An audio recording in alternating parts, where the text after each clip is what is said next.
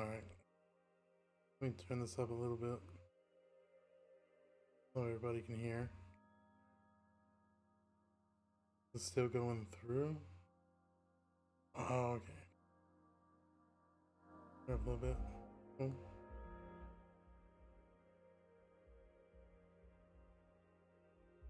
There we go.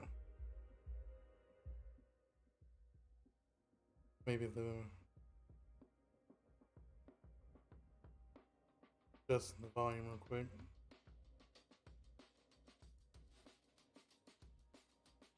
Well, I'm gonna try switching from Maya to Blender, so I wanted to learn how to do that. So I figure I'll try doing it now, and I can probably teach a few things about game art while it goes. Let me pull it up.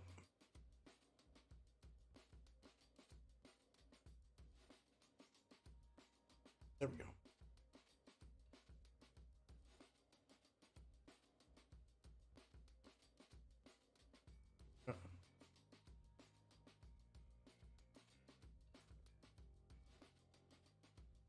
That's the first thing to learn, to be how to navigate. That's how I do it.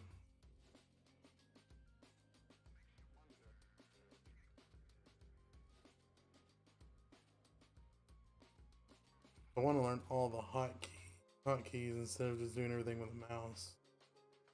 That way I can speed everything up whenever I'm modeling.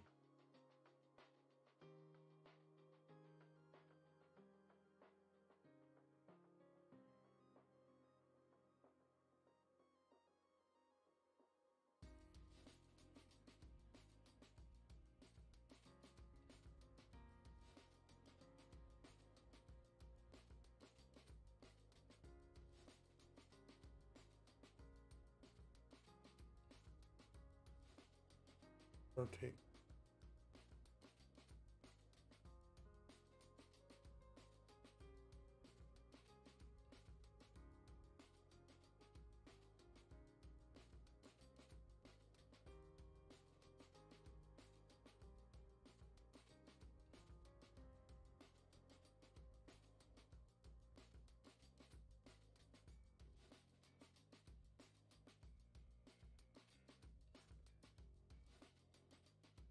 Ends it.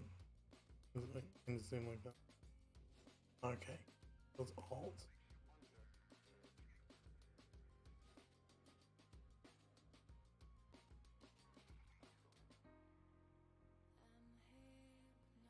I can just do it all holding alt and then move the mouse.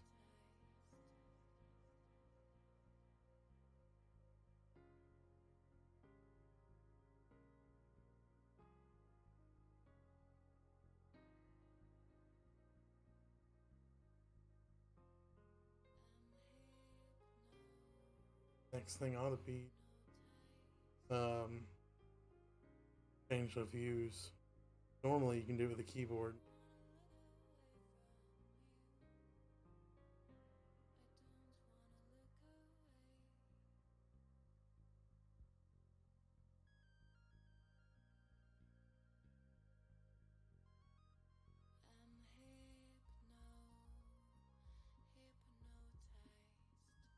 Views.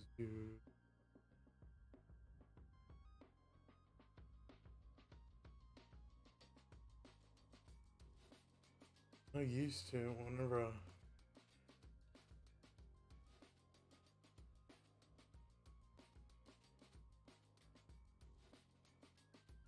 no, it's no longer that. And on the old blenders back before I started using Maya, it was numpad for a lot of things. Unless they changed it. Oh, okay. Oh, so it's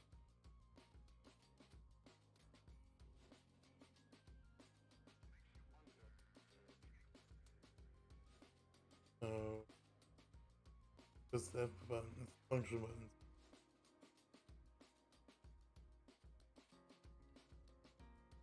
Front, right, top. Oh, that's the camera. Bottom, Alright, so front, right, top.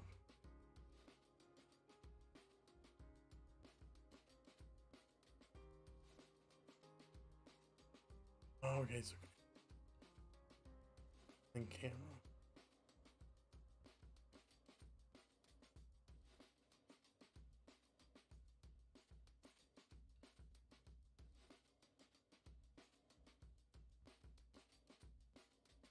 Back then, still need to stay with the view.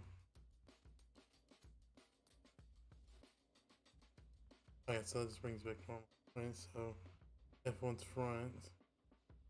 Oh, F1. Okay.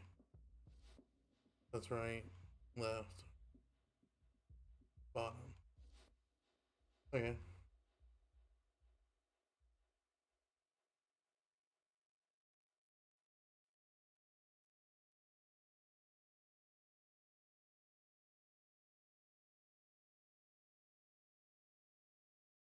And then left is like obvious. I wanted to delete that. Okay, just push delete. Now create or add a primitive. I guess you just Alright, so I guess you don't use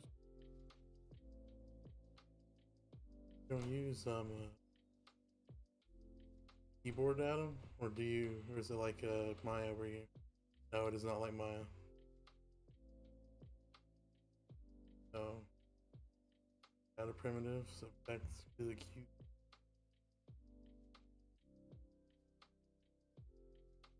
Oops. Smooth shading, flat.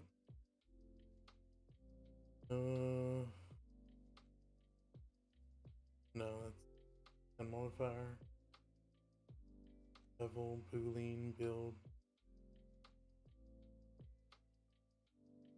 Oh, how do I get? Okay, this is object. I don't know. There we go. How do I? Weird region. Okay, so Control East.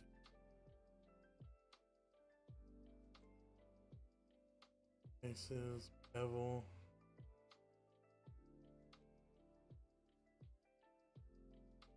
Loop cut, knife, poly build.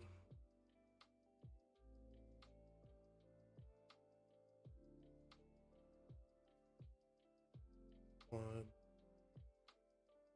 Alright, so if I can get to selecting fun and dandy that I can select vertices, I need to know how to select faces and edges.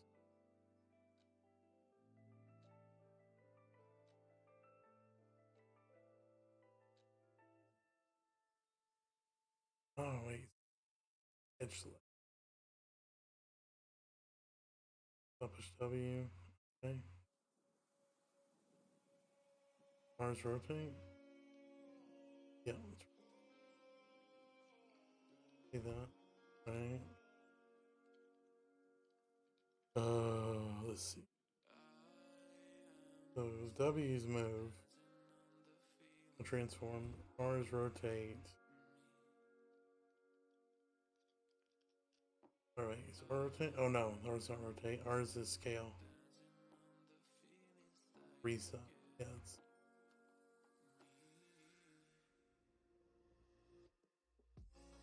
good. Oh, so E's the rotate. Alright.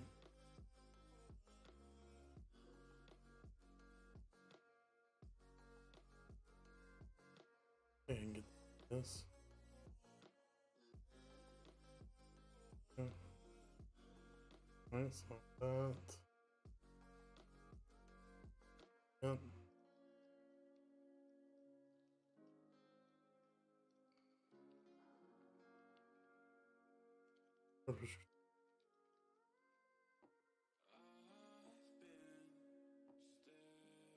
Well, what's going on? I see. Hold it. Legally.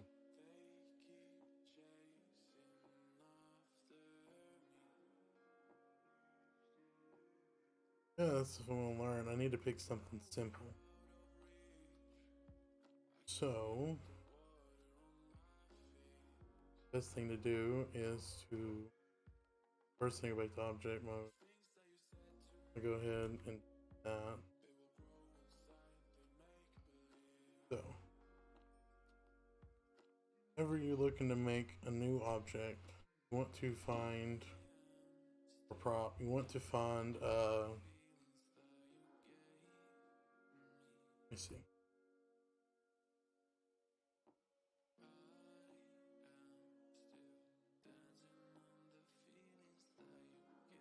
So let's bring this over. Alright, so what we'll do is go to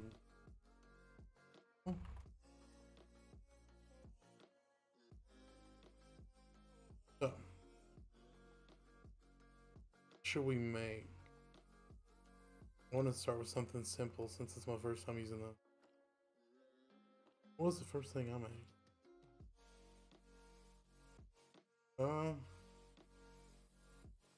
We don't want to do organic shapes because that's far more complicated.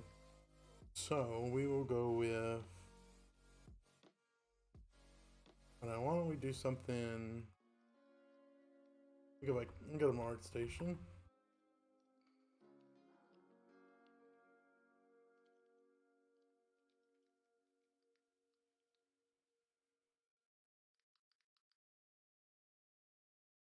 Here we go. What do I got? We could try making,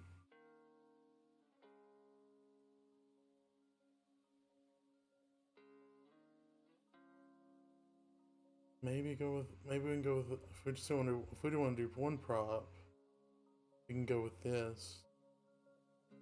Maybe this, we can go something like this, maybe radio. Or we can go maybe something here.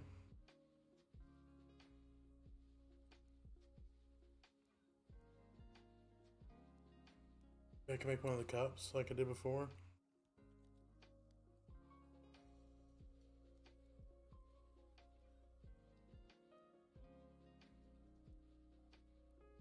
So that was the concept for that one. I wanted to get the feel of that with mixed with it. So I guess we will go.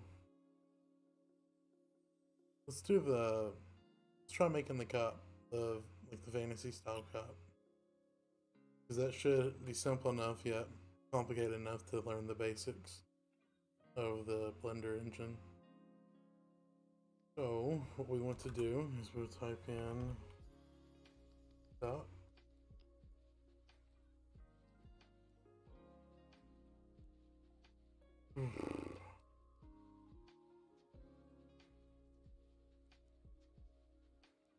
These are not really given.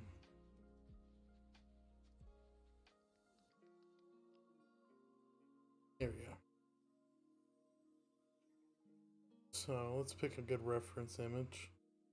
I don't want to make the exact one like I did, so we're going to find a new reference image. I would rather be real because I don't want to copy another artist. So why don't we? If you look at stores, they usually have good, good shots for the model reference. We do something like this one, like the curviness to it. Go with this one. We're here on Etsy. Do one. There's his name, but does he 3D? It looks like he 3D prints these. Yeah, different ones. I like this one. So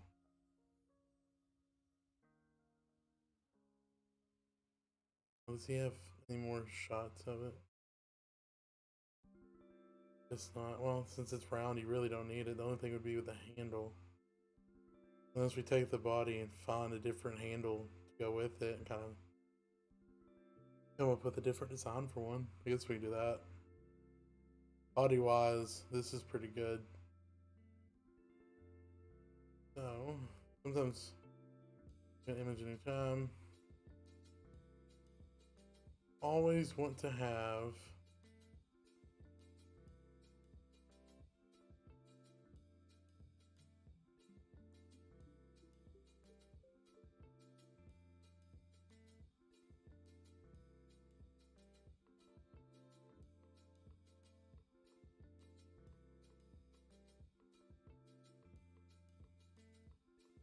save pictures. New folder. Tankard. Hey.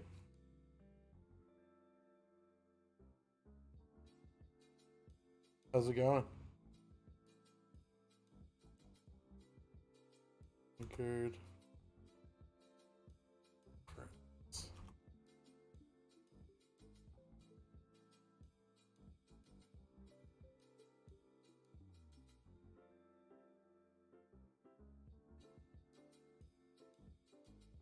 So, what is this? Body 1. Got a reference for the body. Doing pretty good.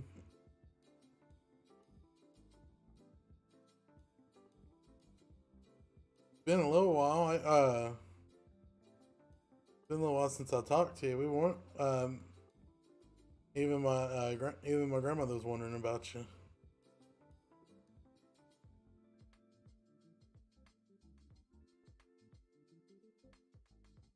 If we can find any more references.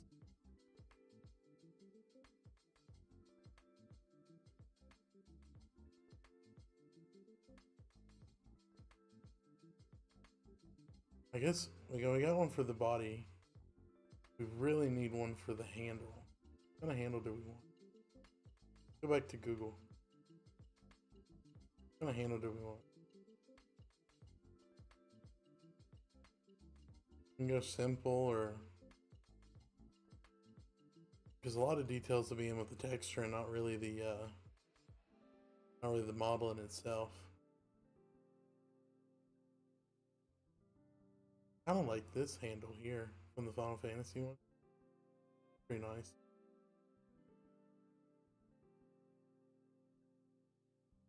Handle here. Got a good shape to it.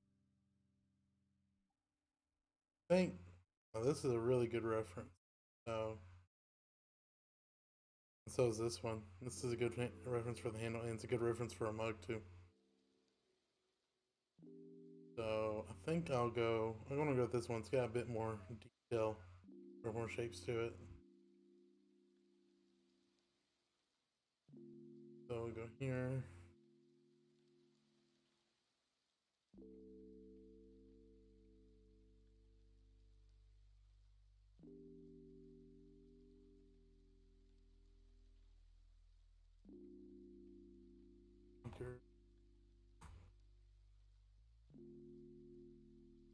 Handle 1.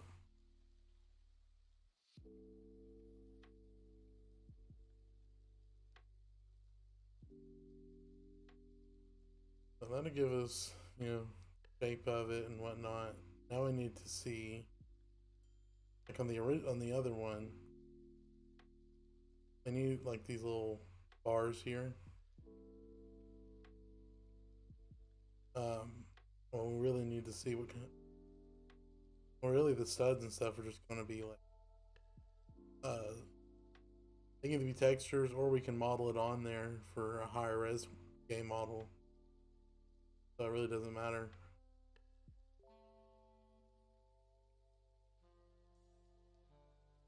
All right. Yeah, I'll message you. It'll probably be tomorrow or something. I think I'm free tomorrow.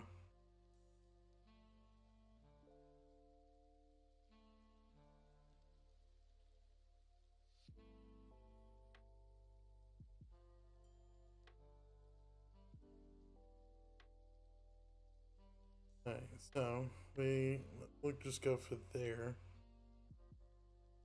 Because we're really not doing anything too detailed, so we got the body, we got the handle, that's about it.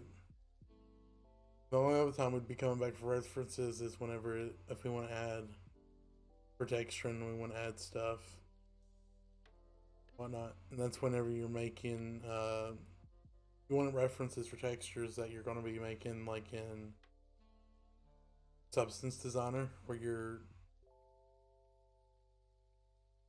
just making it randomly. Yeah, I graduated. Yeah. I've been trying to do freelance things and whatnot instead of working for a big company.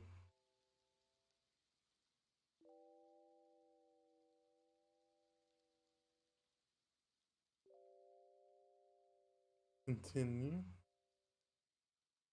Now I need to figure out how to go to this front. Oops, no, that's the window button.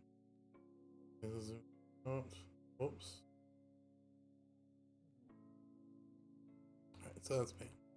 That's gonna take some getting used to. Add. Add a background image. Yeah, reference.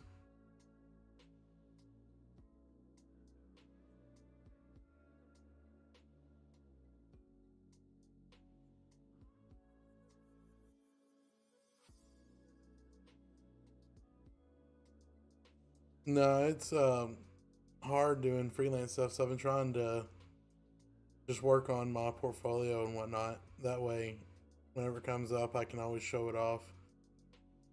Some sites, though, that you have to bid for freelance, they won't let you put your portfolio, so it's even harder. Reference.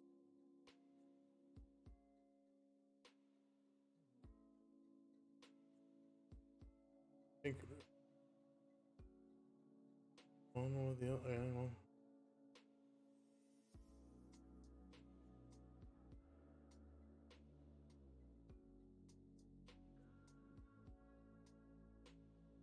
Alright, so want to do. I make want to see through. There's see through. This building here. Go in. Boy.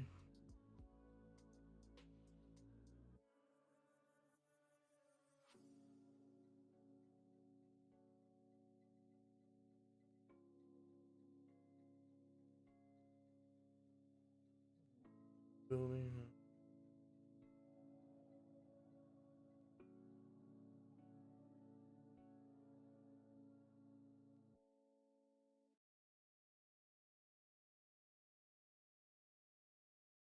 Yeah, thanks. It's a lot of that took me hours to make. I think my favorite one though is the castle bedroom that I made. I'd like to go back to it at some point and add extra stuff. So can I not? There's no way I can. First, yeah, we went as far out of the scene as possible. I don't know if it's. This is going to be a little trick here. So now, I guess it's going to be the same height anyways with orthographic. It really doesn't matter about distance.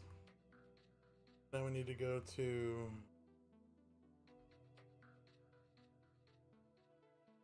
obviously it's going to be a because you want to find the best primitive that will make it easiest to conform to the shape that you want. So obviously with this one it's going to be a cylinder because even though it's stretched out in some points, it's still a cylinder.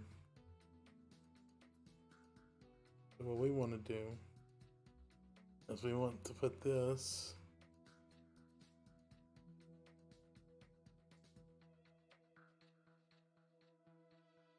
How do you move the... How do I move the...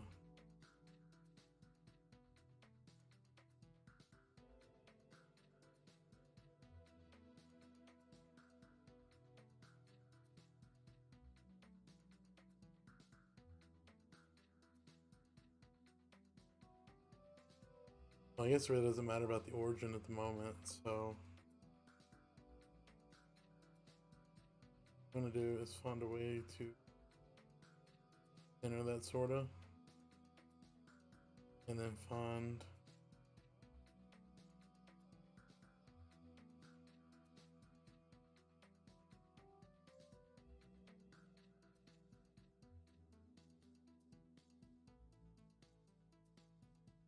yeah, it can be. Oh, the way they taught too was very unorthodox. I'm trying to kind of why I'm streaming this too is I want to make a series. Oh, I didn't mean to keyframe. I want to make a series where I can teach people how to. Whoops. Where I can teach people how to do this a bit easier. I'm not the best teacher, but you're getting sort of a better, getting some sort of learning how, know how.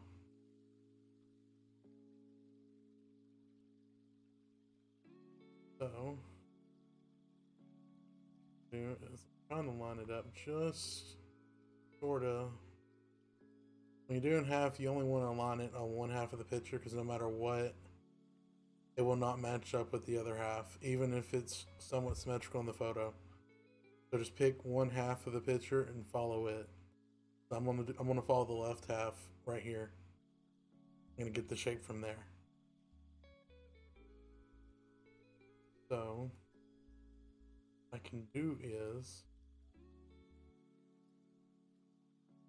go to edit mode. Should be loop cut. There we go. And I cannot. Okay. Oh, now we're getting there.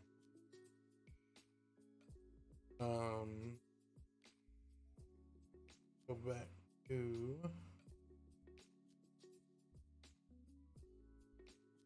Don't get comfortable sitting in just one view. Like this is 3D, so you're gonna have to be moving around all over the place. Delete the face. Delete this.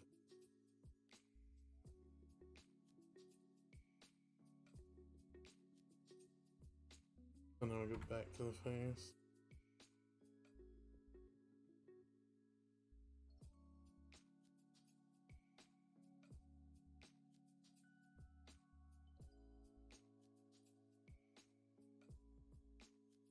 Yeah, the coil is Blender's. I'm slowly learning it. Of course, I guess I'm a pretty fast learner when it comes to these. But as far as I can tell, it's just as strong as Maya, and it's free, so you don't have to pay hundreds of dollars or thousands. So there's no harm in just downloading it and playing around. So that's the reason why I did this too, is so people can learn along with me how to use it. Little journey.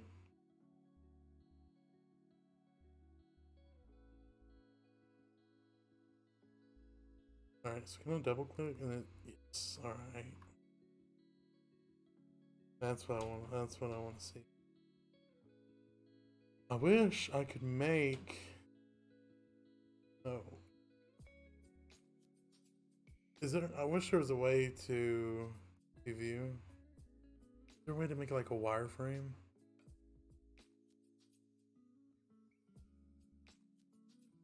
Local view. Make.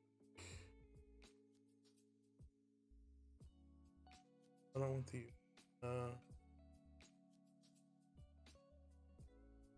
Surely there's a way to make it wireframe.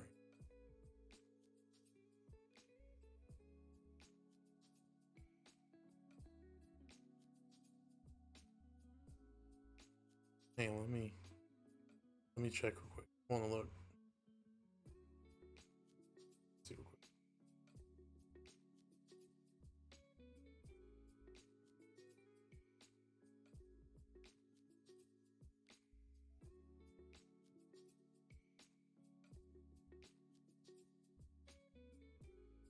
Okay, so it's in the modifiers. That's odd.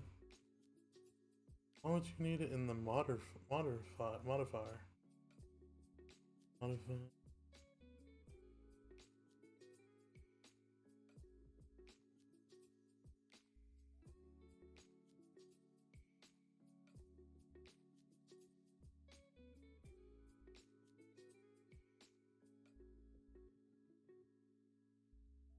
there we go. Now I can see. Now we can follow the edges as closely as possible. So it's extrude is Alt E, Control E. Down. Go ahead and down to here. So this is where it's going to end, because since it's not a completely, it's not an orthographic photo. So right here is actually where the bottom of the cup is, because it's touching the table. And then you would just have it go over through here.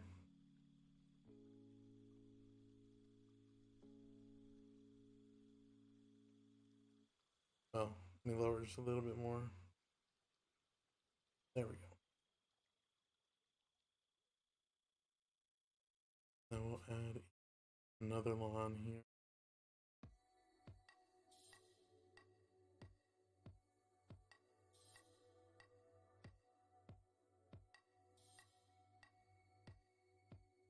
And see, another thing you want to focus on too is, that's not, wait. Am I seeing that? Why is it like, okay. Oops. Let me go ahead and mess that up. All right. I keep,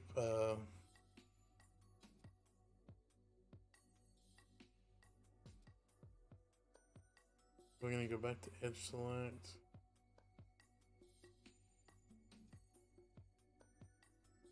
So what I'll do is I'm just gonna drag this down to here. And no, don't do that. Make sure you're getting, when you're in orthographic, make sure you're getting, I just messed up, yeah. That was a good thing to mess up on though, so I can show you. Make sure you're getting all the axes whenever you're scaling and orthographic. So that way everything's even and you're not getting any wonky designs. Because you're gonna have to go back and you're going to delete it and go back and fix it, or you're going to have to spend hours trying to make it look perfect, and it still probably wouldn't. However, if it's part of your design for some things to look odd like that, go ahead. But if it's not, then it's best always. It's always best to make it look perfect and then mess it up, if that's your intention.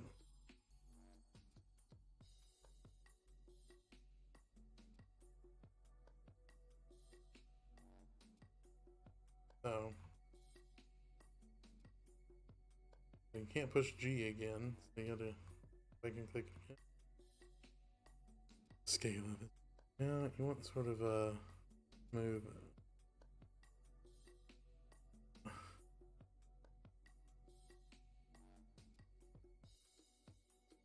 No, it's about the same. There we go. So I want to go ahead and I want to delete this one. There. Let's go ahead. Oh no. Okay. Select those.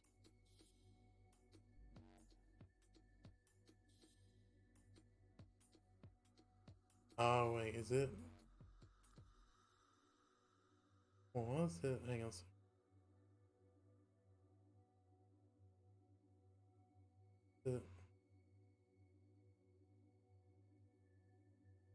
What's going on here? Now let's go ahead and delete that. I don't know what happened there. Let's pull you up. I'm glad I saw that. So, probably best not to stay in wireframe the entire time. You switch back and forth. So, is it Alt E? No, that's not it. It's Control E. Right, and then we'll pull you up. Oh, whoa. Don't switch the sound like that. Here.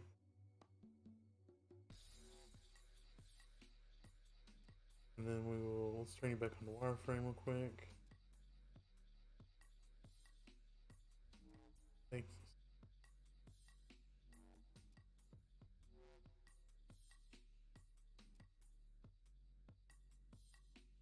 There we go. We'll add another line. Scale it out. Give that roundness.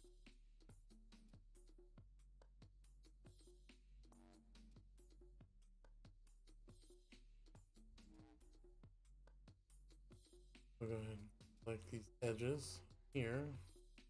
Back out so I don't mess up again. What we want to do, same thing with the bottom, with it being orthographic. You got to work it like that at the top. So I'll keep pushing Alt T. It's Control E. So we will go here, ease it up, and you want it to be about here. That's where it's evened out at, and that will be your top. Then we'll put you back in wireframe. We will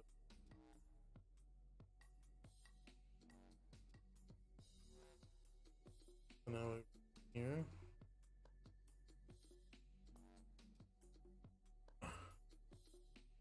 We will put a line in here.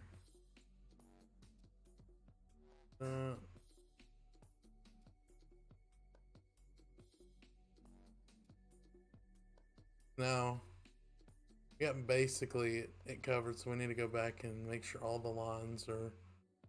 We got a good outline here. So, well, it's not an outline. I forget the name. It's a good block out.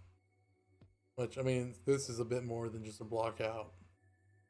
So, but you want to go back, add lines where you need, add edges where you need them. You know, scale things where it's needed. Make sure it's smooth or somewhat. This, because right now we're doing the base. What is it? It's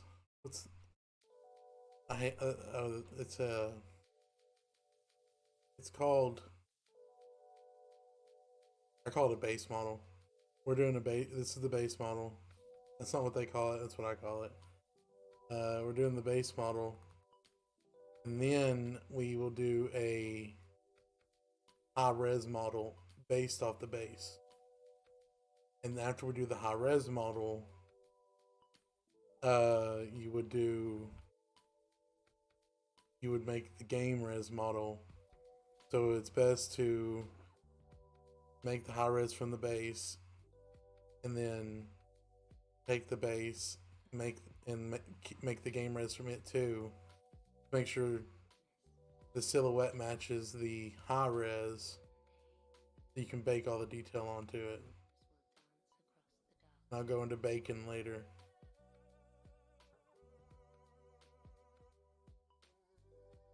For now, we'll just focus on the modeling portion of everything. We'll go here. It looks like there's like a little slope that goes down like that. Oh no, never mind, that's the thing playing tricks on me. It is like that. We're good. So now we got that. We can focus on, like, if you want to copy, I'll say we got the, well, I guess I could get the body down. How does it keep? doing that. Hang on. So it's got the body down. Let's see what it looks like in 3D. Turn the wireframe off. Alright, so we got the base body. What you need to do now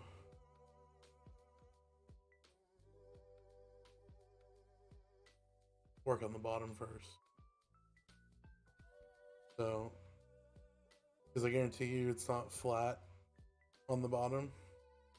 What you're going to want to do is you can push. We'll go first. First we will extrude. Then we will. So you want it to stay about the same height. Scale. We'll go ahead and bring this in. Choose your thickness that you want. Probably about that would be. Probably that'd be good. And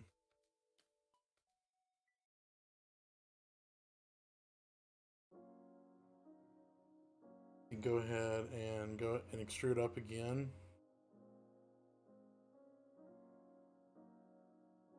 So now you see, gotta. Well, you know, hang on. Why don't because the top's gonna be the same, you know, width. So okay, both of them are connected.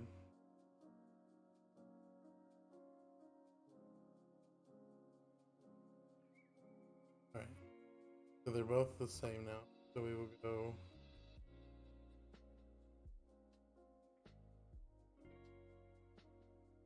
Obviously, you're gonna wanna.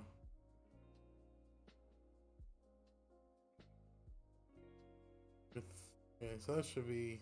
Let's see if that's thick enough. What you want to do now is, what's different than Maya, because Maya wouldn't be. There's not that many issues like that. We'll lower this down. Push F1. It's not leveled yet, so go back into wireframe here. Get it to where it's blended in. The lines are blended in. It doesn't have to be perfect, but you don't want the naked eye to see it. So it's all illusion. That's all this whole industry is illusion. You're not making the real deal, you're just making something that looks like it.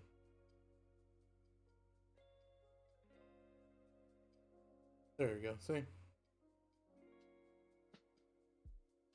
And well, since this is more stylized, you don't even have to make a high res of it unless you want to do those little chips right there.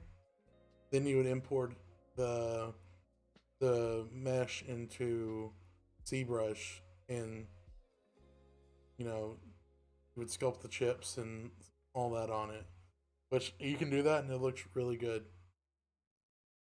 But the rest of this can be done in Substance Painter and Designer to make the texture. So it can be low res like this and it'll look good coming out.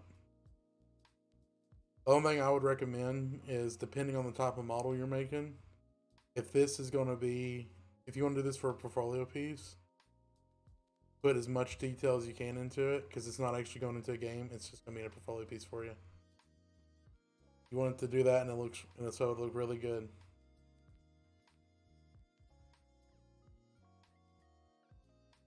So we'll get started. So let's make this a bit more curvier.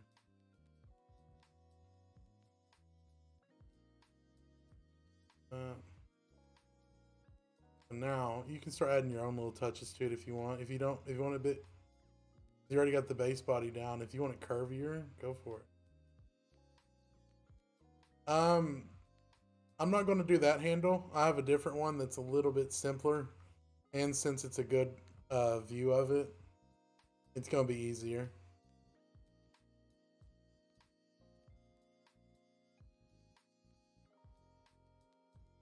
But chances are, if you know you've made this cup, You just do the same technique and follow along that, and you can make it. The only thing I would recommend if you do handle like this would be if it's I would start with a cube and follow along with the cube, because you can always bevel the edges of a cube to make it rounder.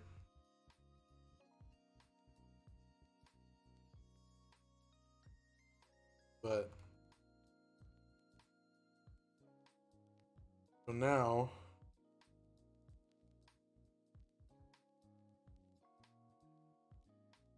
what you can do is the bottom piece here. Now this is where the bottom is going to differ from the top, because you're probably going to want, you're probably going to want something in this cup. So the bottom's going to have to be filled up. So we'll select the edges, Control E, we'll raise that up a little bit.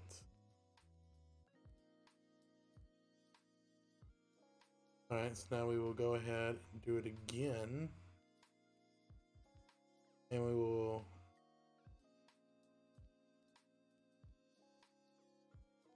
why is it doing that? I can't see.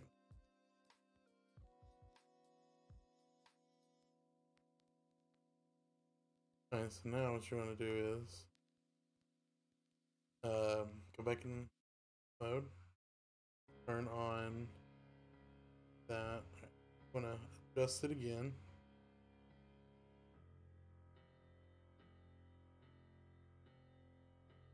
Go down. Now, since it's like that, you can go back in this view, turn that on, and we will scale it in.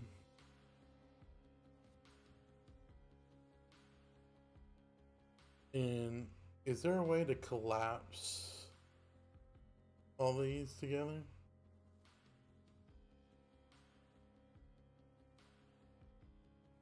Region. Food. How would you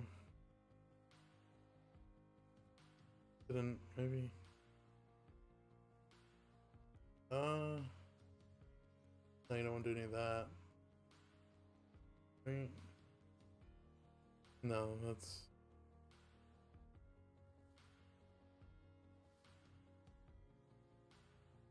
here. Fire.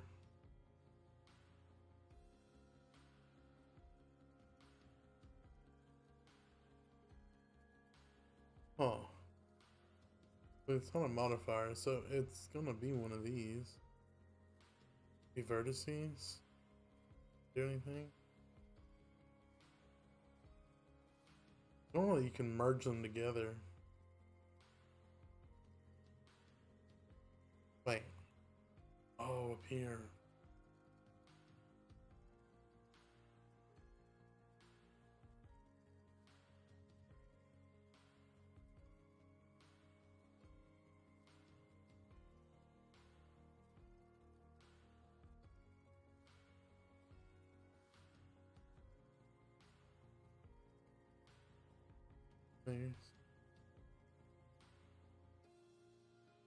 Alright, so I can fill it. So if I go to back to edges, what if I fill?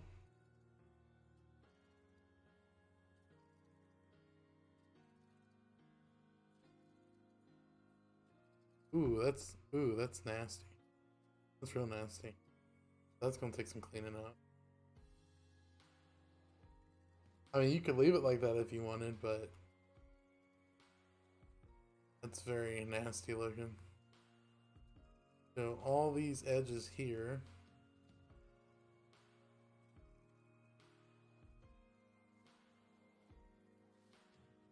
delete. Okay, so go ahead and go back. That's not gonna, I don't like that. I really don't like that. So maybe I can zoom it in some more.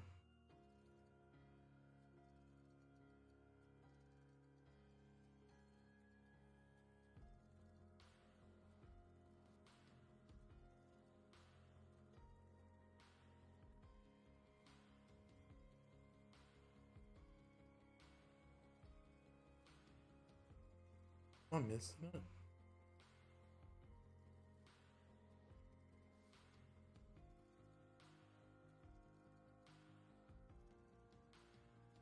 Go fill it. Now if I go back to beautify it. No, it's still ugly. It's not beautifying nothing. So am I missing something here? Wait, weld edges and faces. Is that it? That is not it. That was not it.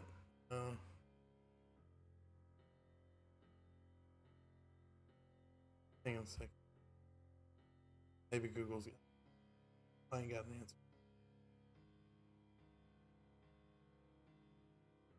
It'll take some getting used to. Oh, shoot.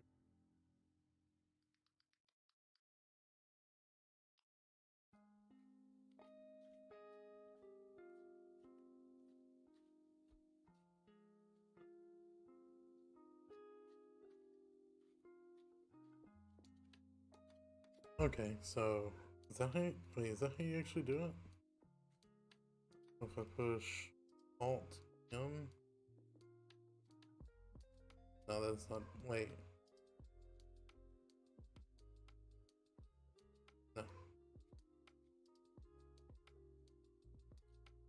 That's not.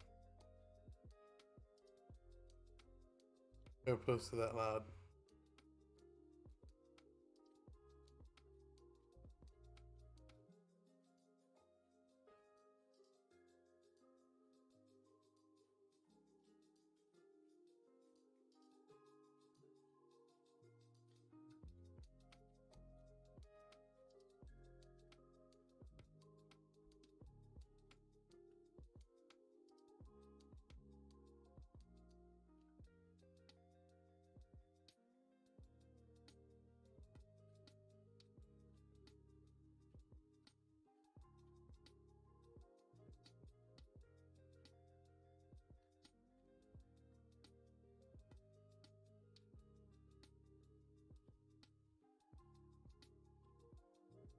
Yeah, I don't understand.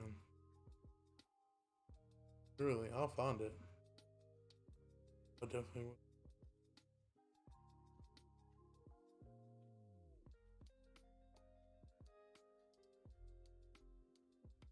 No, that is not.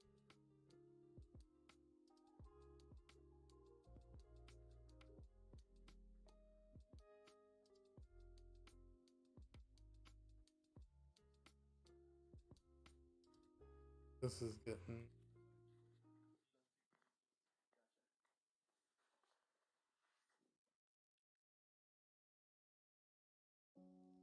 Oh, not what I was wanting. That's way too much. Will be defined? No, it's not. Hang on, let me go like face.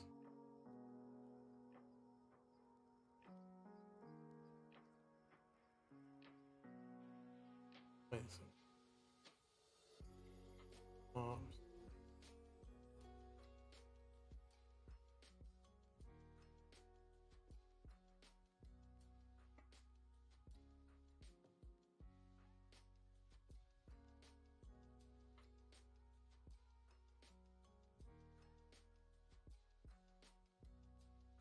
For that.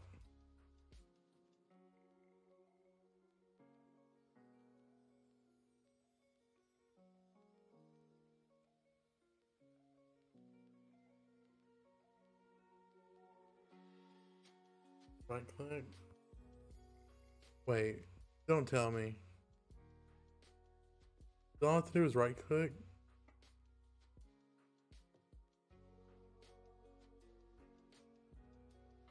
It still does that ugly thing though. And I can't delete an edge without deleting a face on here. Like it doesn't want you to make an N-gon.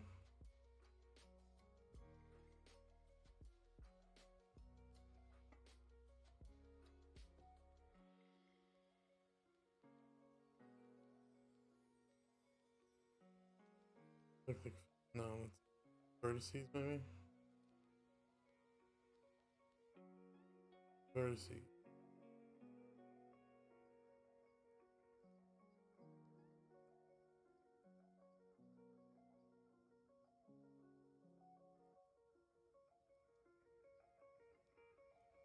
Vertices. Merge vertices. It's center. There we go. That's what I was wanting. Alright. You want to merge it? Yeah. So now it's a nice clean circle. Made of squares. All these squares make a circle.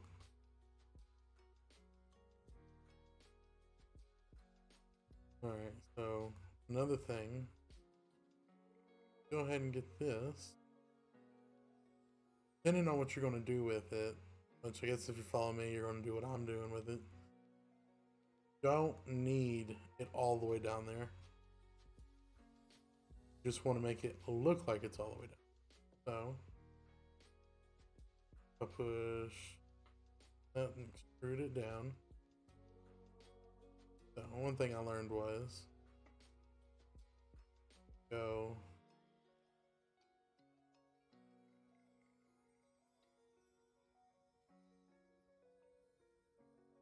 I'm gonna make it look like it's following it a little bit. So you do it again. Now you want to slowly, let's say slowly, you want to somewhat start bringing it in, make a facade, sort of. Well, no, it is a facade because it's not the actual thing. Illusion.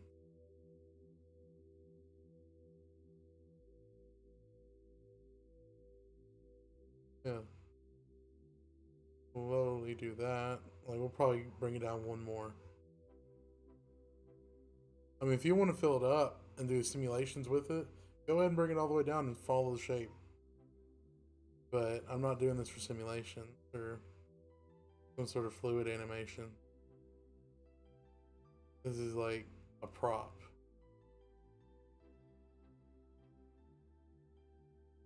Alright, now that it's like that, we can go ahead and we'll go ahead and extrude one more time.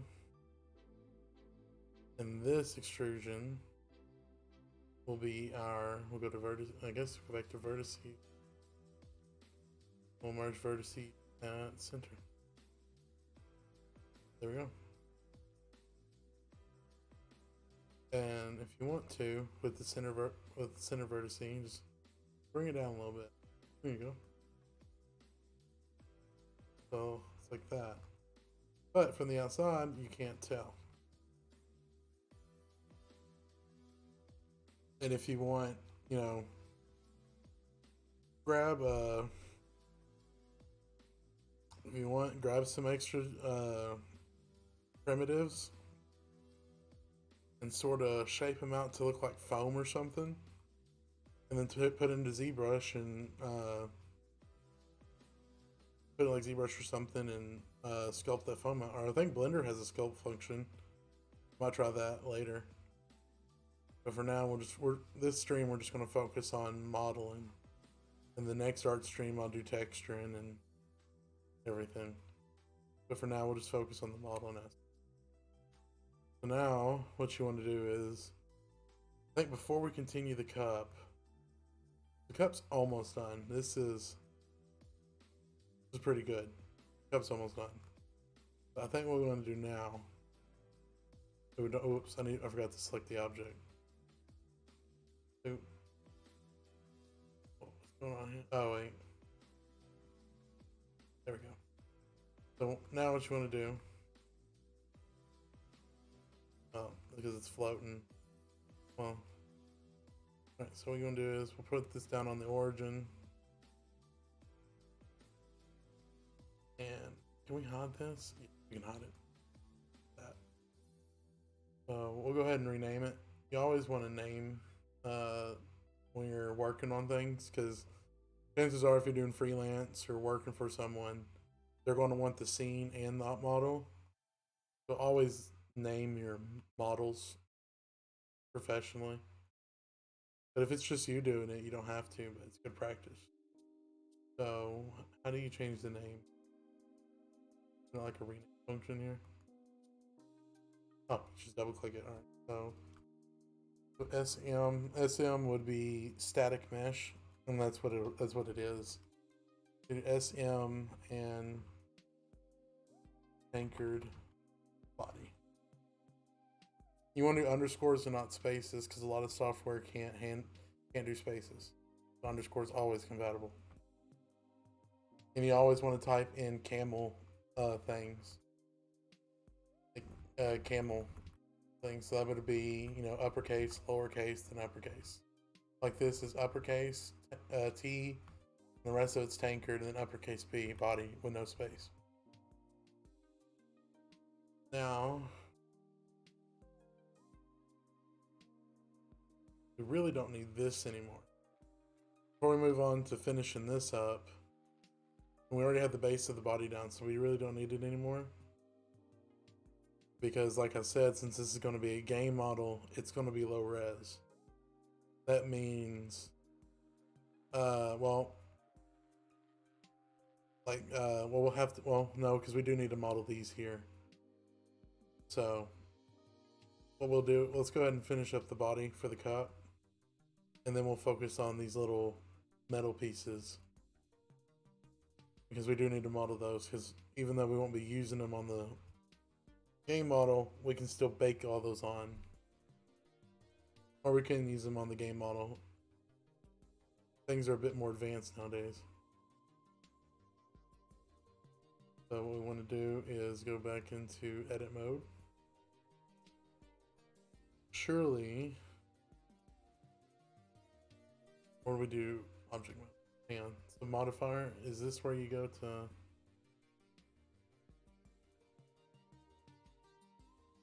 generate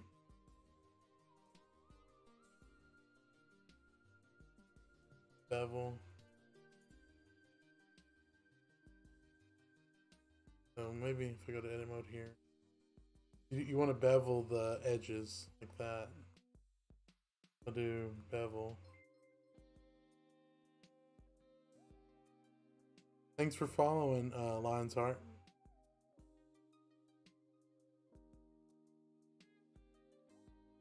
So let's see. You want to bevel edges. Oh wait. Limit method.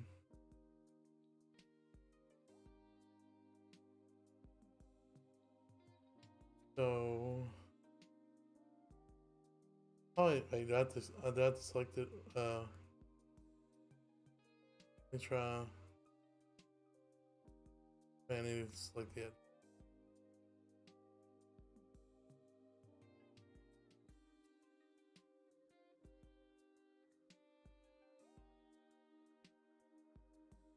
See, it selected these down here when I did that.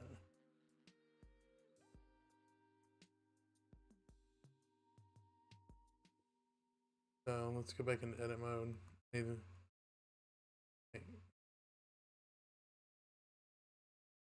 Didn't, that was just, anyway.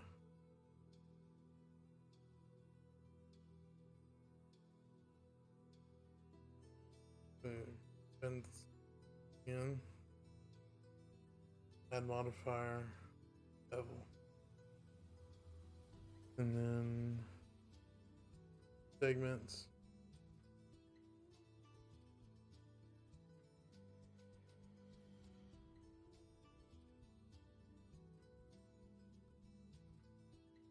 Why is it? I see. I gotta zoom in on it. I did.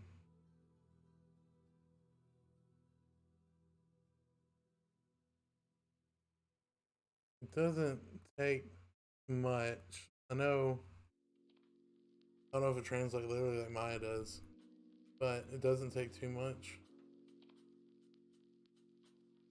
for you just to get the edges you want.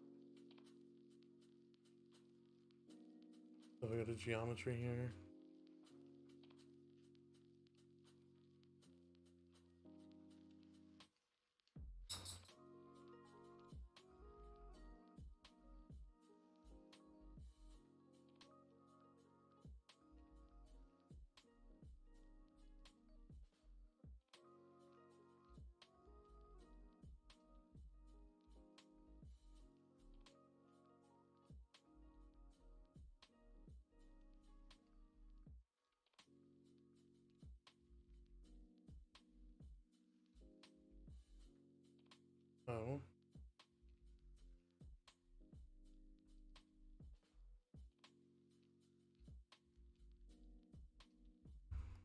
Let's look at object.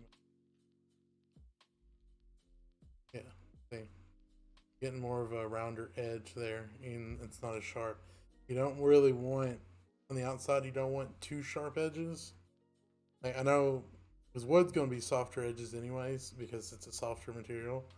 But even something that would normally be sharp, like metal, you still want to put a little bit of beveling on it because whenever you get into rendering, the light conforms to the shape better and it doesn't have those hard edges that will throw you off.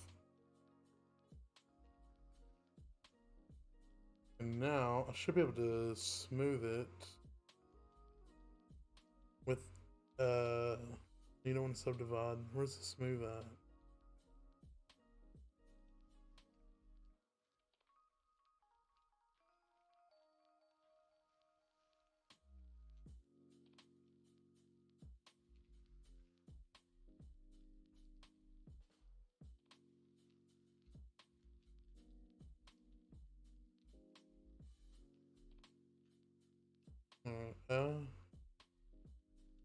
Is it something you do? Like if I were to choose faces, right? Like that. If I go to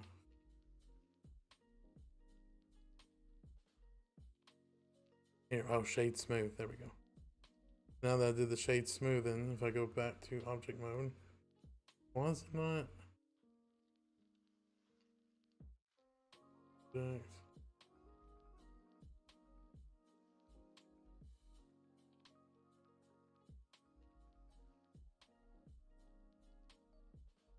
Oh, here we go. Shade.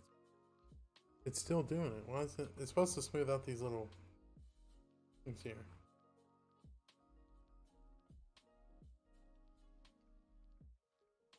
Did it select when it beveled? Did it? It didn't, did it? No. Alright, so it did something you don't want.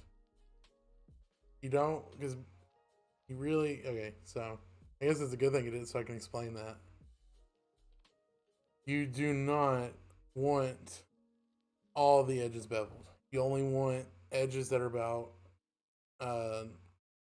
90 degrees or so beveled. But these, no. Because it actually will make it harder, and so it won't get that smoothness that you want. So if there's a way I can remove that.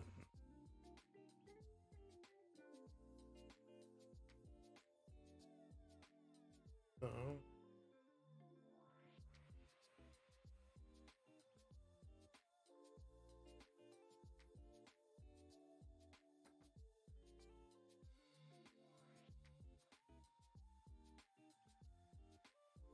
Sorry if anybody just joined in. It's just that I'm trying to teach and learn Blender at the exact same time because I really want to switch from Maya. Like these, oops, not that. Oh no, it's going to select the faces regardless. All right. So if I do that, I go to edge.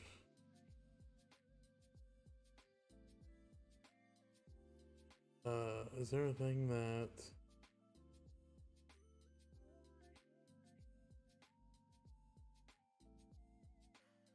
I did?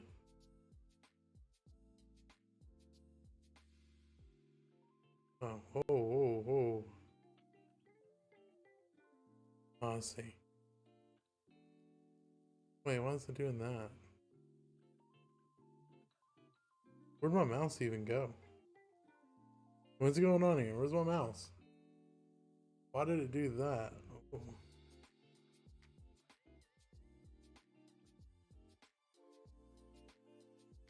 I guess that would be how you do it, but why did it disappear?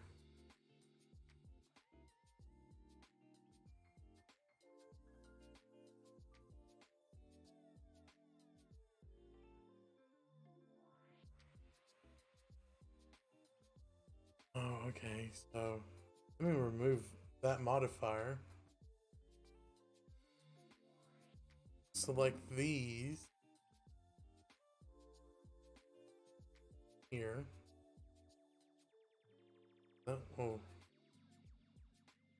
think we got something going on here. Oh, do we have some non-manifold? We do. That's not good. Go ahead and delete that. Oh.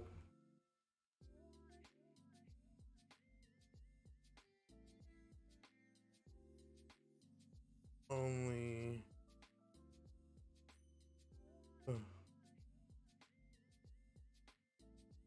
There we go. All right. I guess that works. All right. So you also want. Oh yeah. That was one step I should have told you about, and I should have done. That's a big mistake from the beginning. Is after you get a basic shape done, always go back and check your edges and vertices too for non-manifold geometry. So basically, what that is, non-manifold geometry means something that couldn't exist in the real world, and normally it's two edges. It's a you get like a rogue edge, and it creates a face on top of another face, but yet they're in the exact plane of existence, and you won't see it. So you have to move your edges a little bit to find it. What I just did there was a pretty good example. Not what I just said, but what I did to fix was a pretty good example of what to do. Normally, like in Maya, you have a button you can push, that a cleanup button, and it marks the non-manifold geometry for you.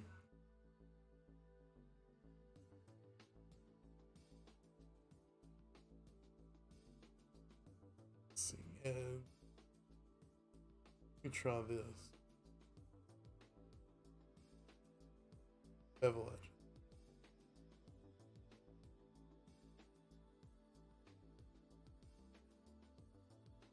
Well, oh, what did that do?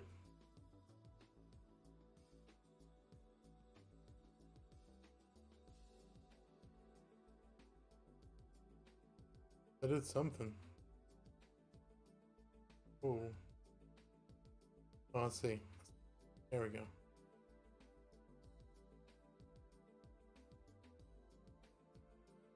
You just want a soft edge. Like that. Did it do down here too? Yes. Alright.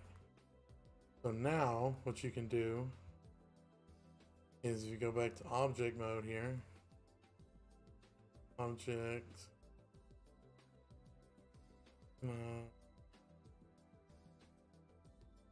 Fade smooth.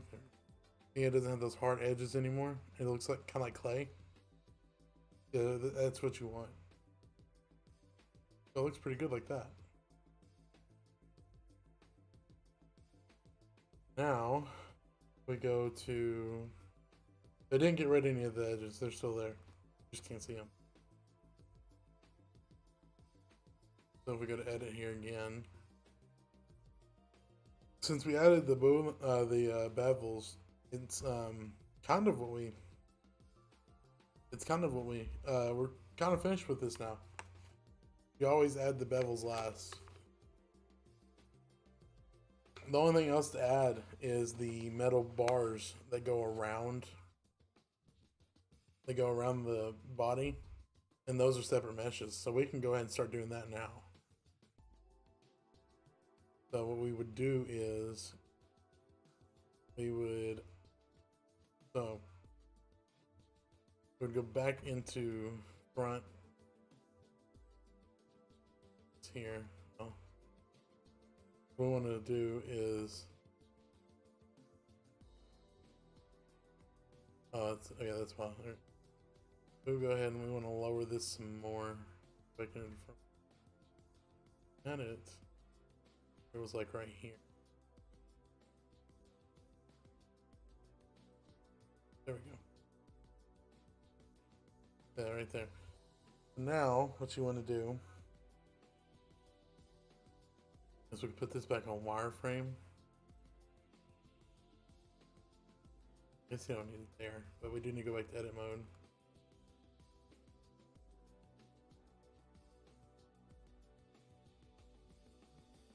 Why is it not showing? Alright, there we go. Now, we go to here on wireframe.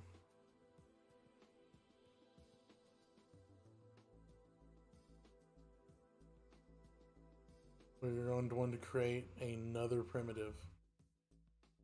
So we're going to need we're going to need 3 metal bars.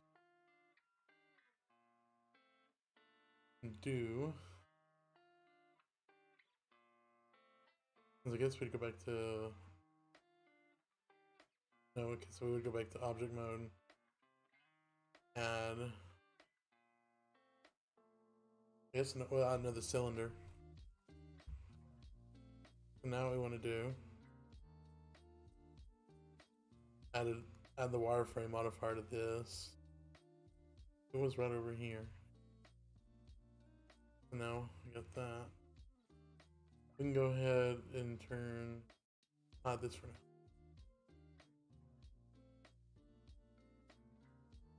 Get this to the right shape or the right height.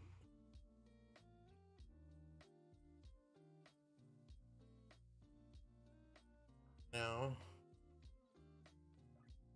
I think it's about the right width too. What we want to do,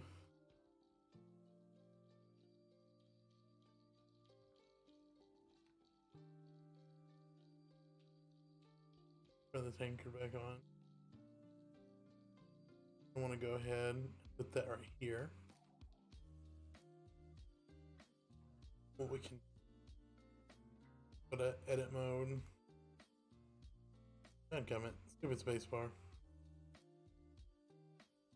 So here, go ahead and select face. Delete these 2 faces.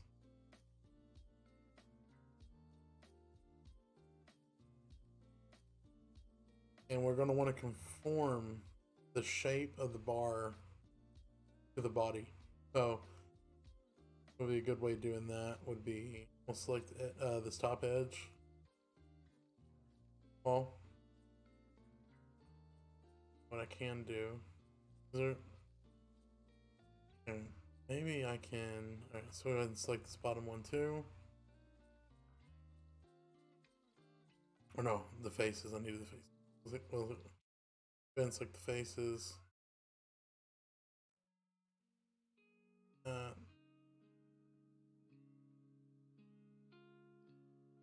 You're gonna want to extrude it in.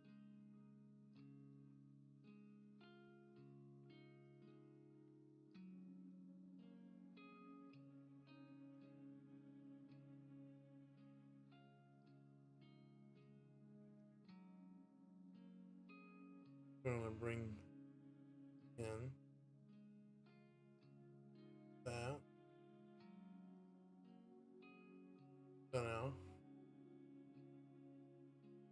we can select these faces here. No, not that. Or not, yeah, and then we will scale them outward. So like,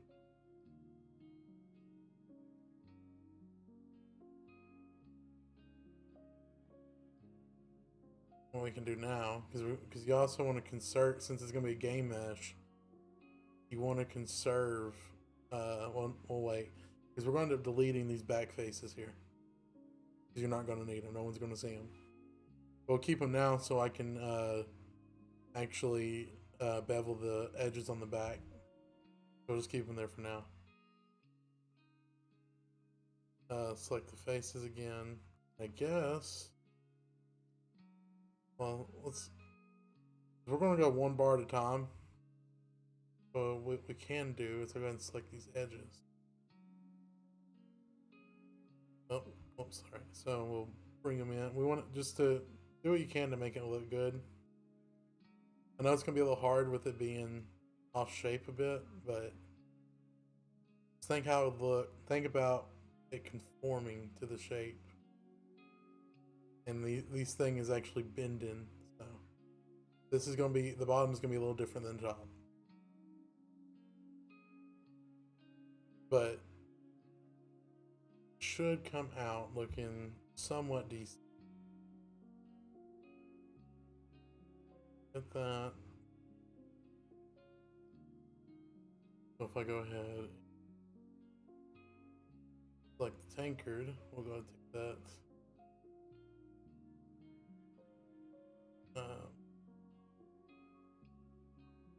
Oh.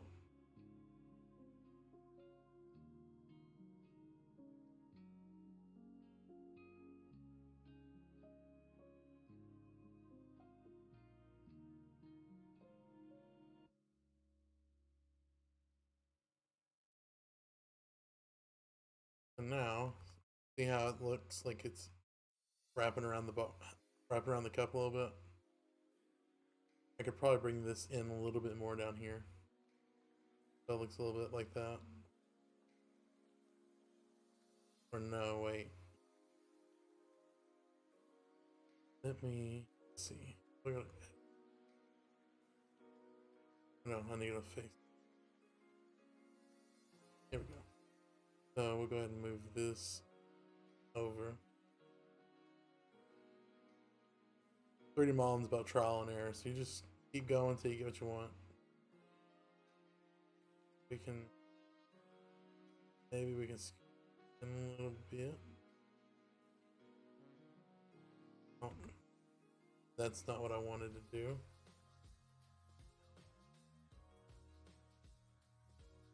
How's that look? Come on. It's out a little bit.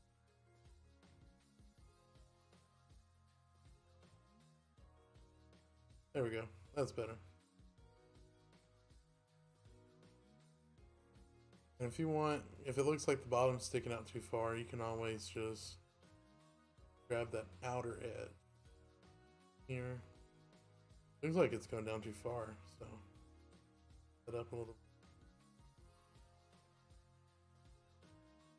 And then just scale it in a little bit more.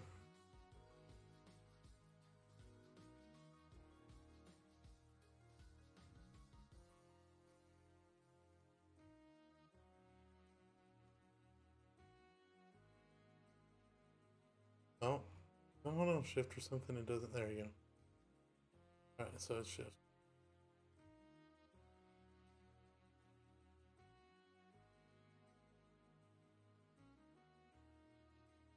For some reason,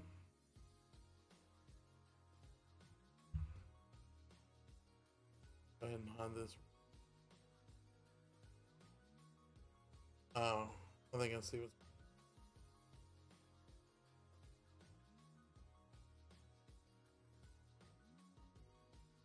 That. Up here? Yeah, it's here. Alright. Turn the wireframe back on.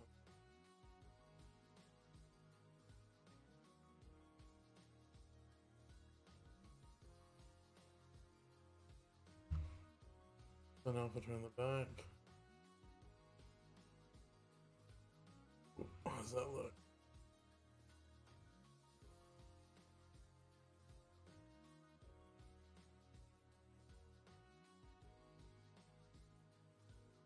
So,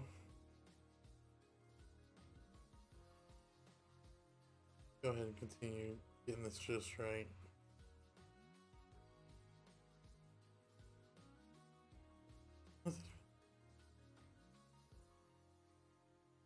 Alright, so let's look at it.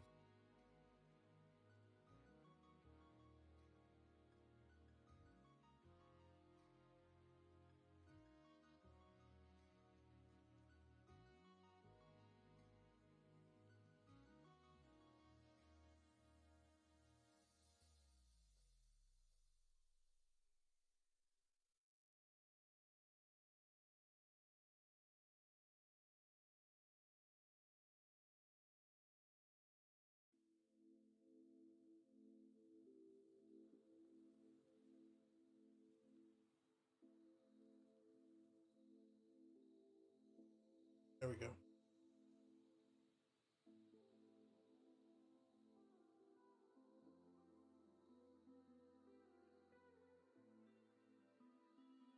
Alright, there we go. That looks looking pretty good.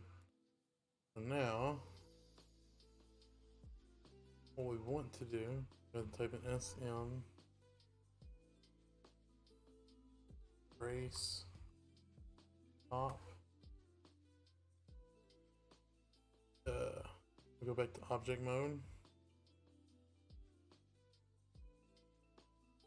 Oh wait. So what we're gonna do now, we'll use this as the base model for the other two brackets. So I'll go ahead and control. Ooh, I don't like that. Okay. So now the other one, well, we can go along with the picture. The other one will bring it down to here.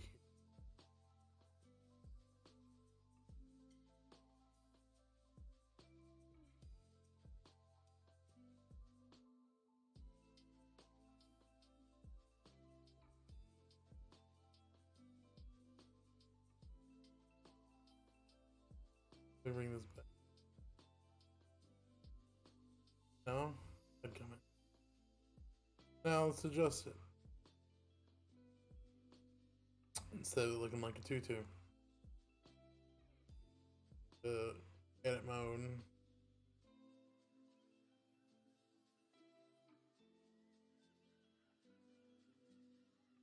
Edit all this a little bit.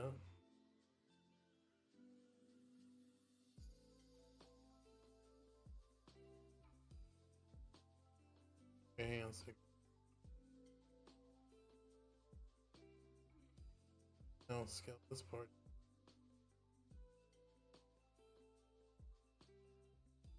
There we go. And the same thing for up here. We'll just go ahead and rescale it. You know, just get the edges to touch along with it. So hide that. Back. First things first, let's get it out so we can see it. That's almost right. So we're gonna do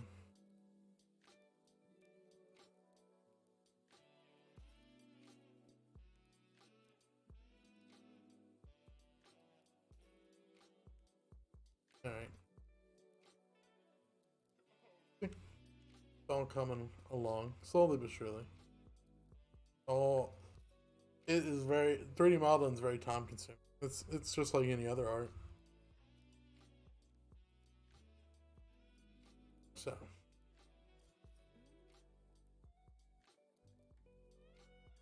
we got that. And now we can do the bottom one too. I want to rename this one real quick. Mid. And what we'll do for the bottom one is we're just going to copy the top one because that one is forming that way. So we will push Control D.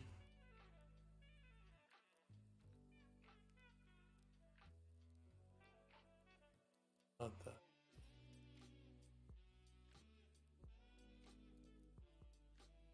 Okay. Oh, object mode.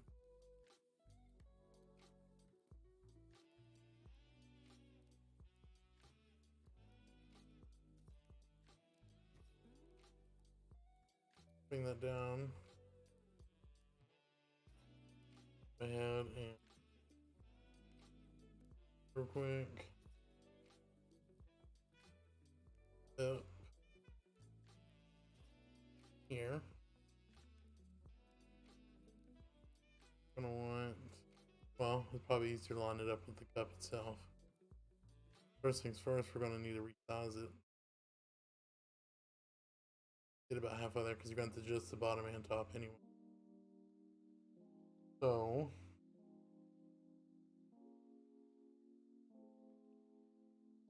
you really just need to adjust the way it looks here.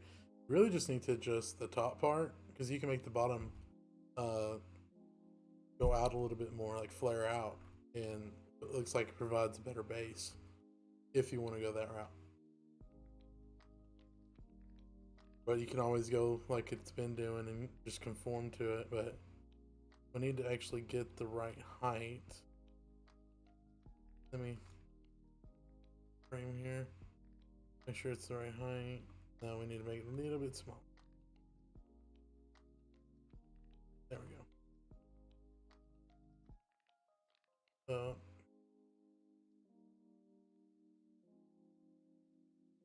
now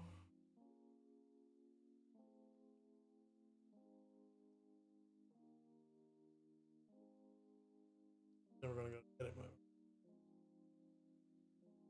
So edit mode. Go ahead and grab these edges. Count.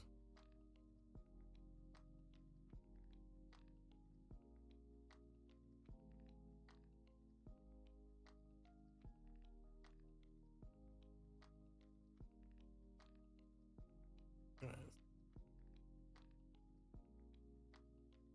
In here.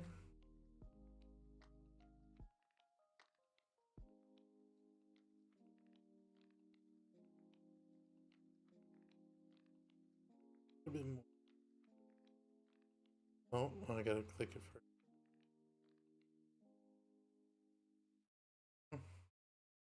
Now the bottom.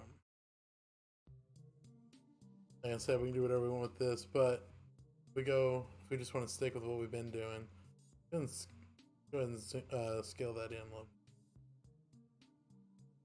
It looks like it could maybe raise it a little bit. I don't know. No. There you go. That's about good. So go ahead and drag this out a little bit.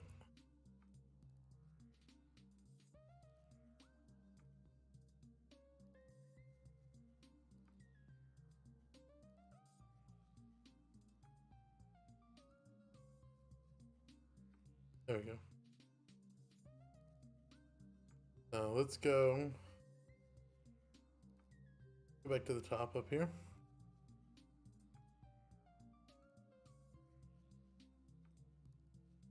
Object, let's get back to you.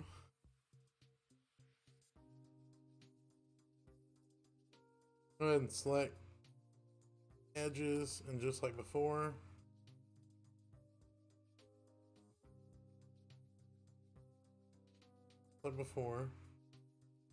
the body, we can right click, go ahead and bevel these. If I can figure out the beveling tool. It is a bit strange. Remember, these are metal, so they're going to be a little bit sharper than wood. So just watch them edges, make them a little bit sharper than wood. What that ought to do, fine, I think. And go click object mode, switch to this one. Click again, click the edges again. Paint. Right click, bevel edges. Figure out how the tool works again. And then just make sure they're, a little sharp.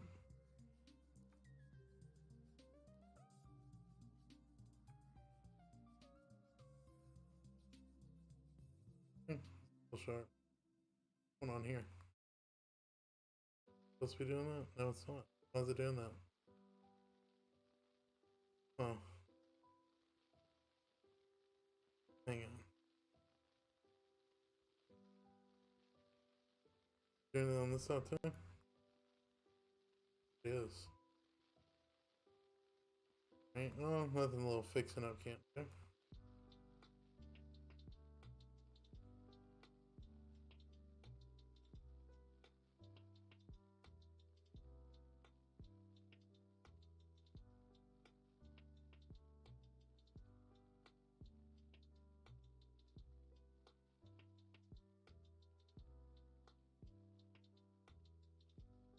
Why is it doing that? Ooh.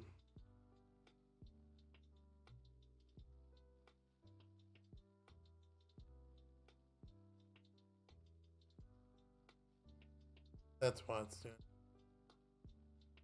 Wait, where's it? Okay, so we're just going to have to do it one layer at a time. So we'll just bevel the top part first, and then we'll bevel the bottom. Bevel. and make it look sharp. Alright, so bevel these.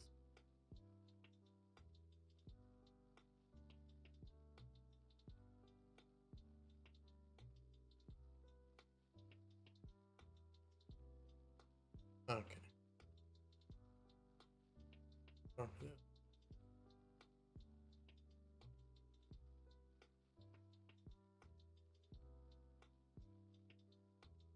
Double check, make sure I didn't do that on this one either.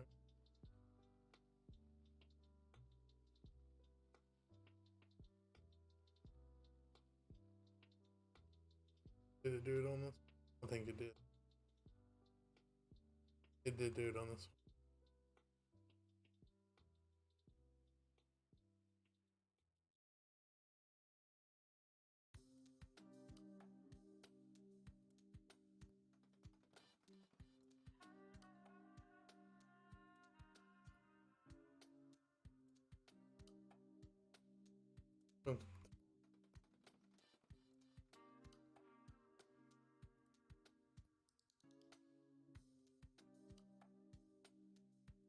Here. Now we need to go back to bevel.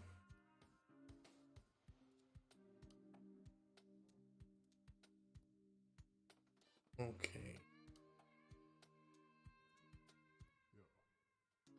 Let's see what's.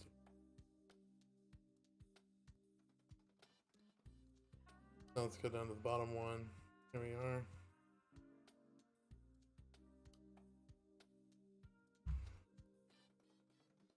So, go ahead and turn you on.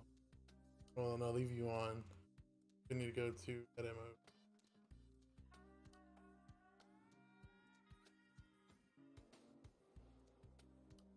Bevel.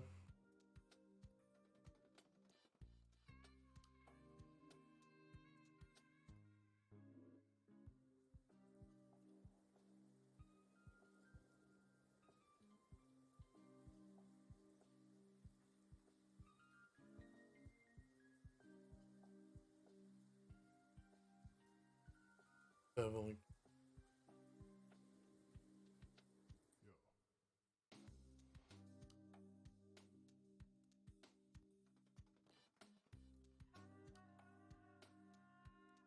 Oh, oh.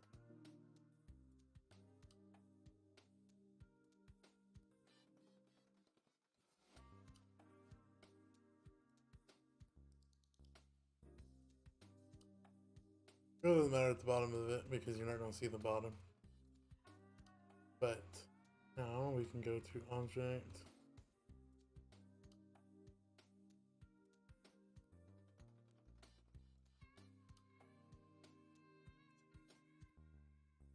Ooh, hang on a second. And some shading issues. Do with this one too.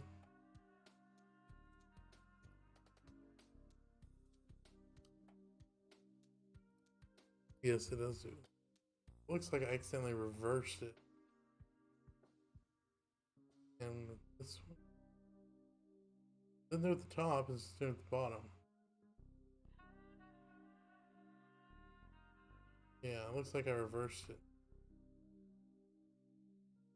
So, hang on, it'll be easier just to go ahead and delete these. And we'll restart.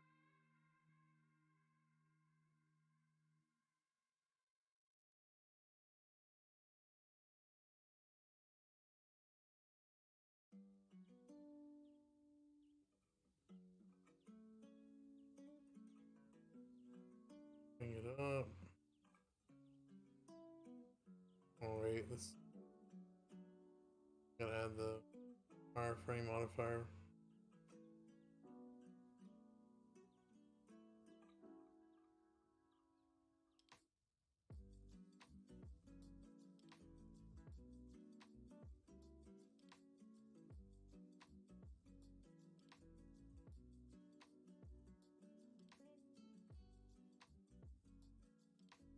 Alright, now that we did that, we can move it up here. I think it's about.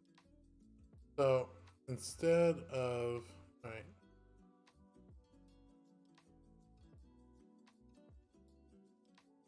I'm gonna need this.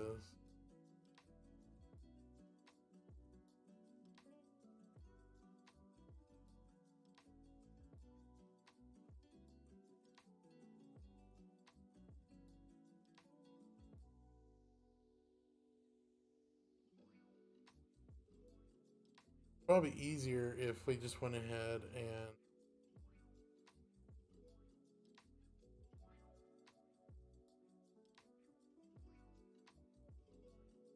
and select object mode.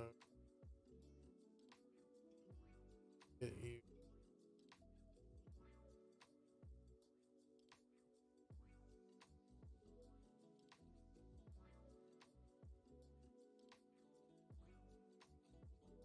And then what we can do, because this isn't what do you call it?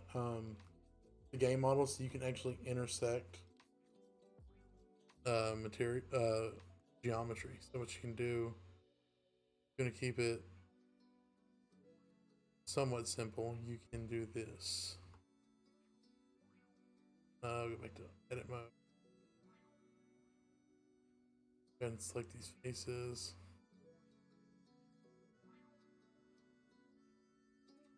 Through the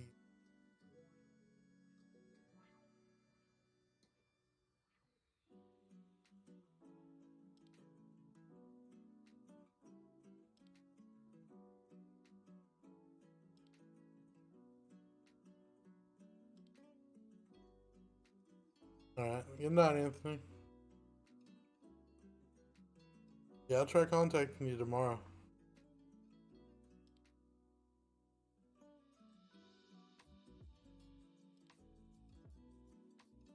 Went right inside each other. And now we can have this come out.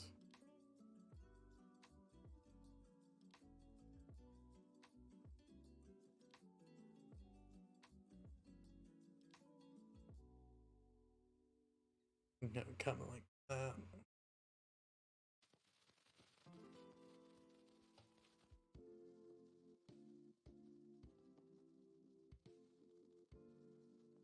So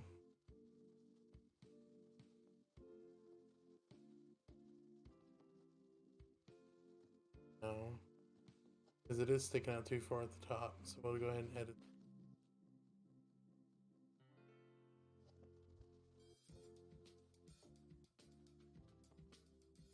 Where it's not too far out. Make it look like it's about. I'm gonna stick this kind out a little bit more.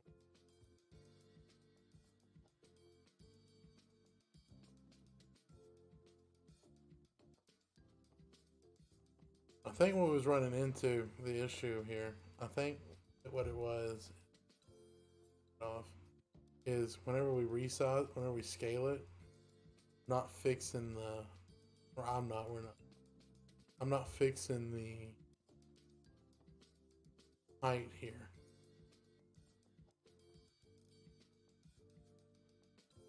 So I need to adjust the height on the other side too, because that's where we're going to be.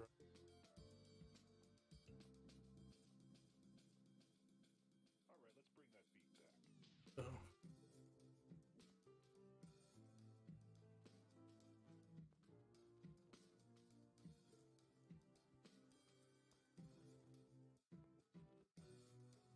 Dadgummit.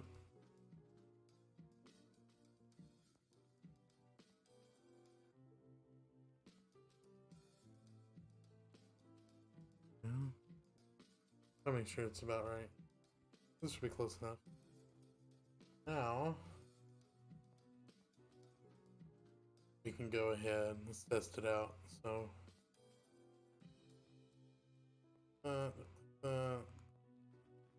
and double click. So I got an edge.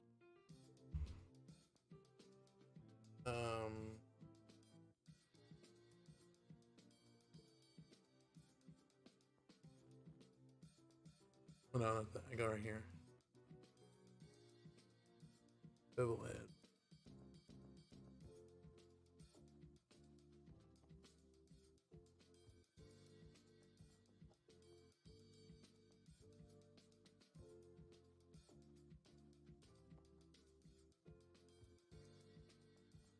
Ooh.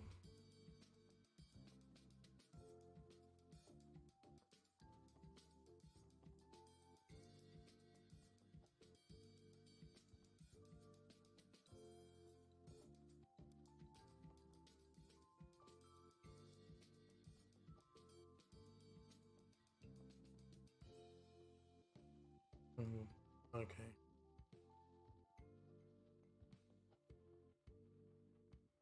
That maybe. Okay, so yeah, we'll do it like that. Maybe that was the issue. Alright, so if I push object mode, second object. Alright, that's much better. Alright, so that was okay, so that was the issue. And it looks really good now. So I think what I'm just gonna do, instead of going, instead of rebeveling over and over again, what I will do is go back here to the front of this percent object mode, turn on the wireframe for that. Well, no, actually, we won't, because I won't need it. I do need to, like I did the last one, SM or brace.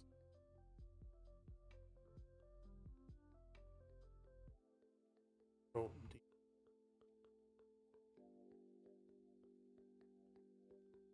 Oh, okay, so it follows the grid. I don't need to follow the grid to go down here. I think, it's a pretty good height for it.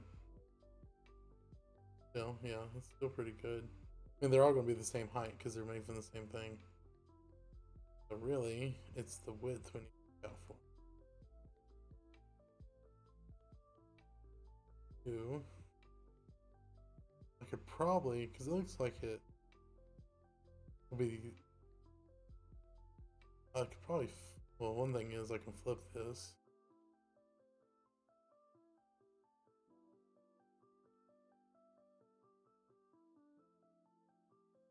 How do you?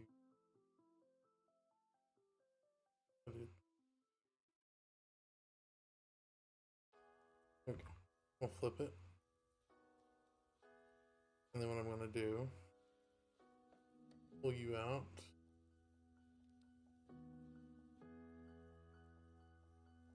We can just do.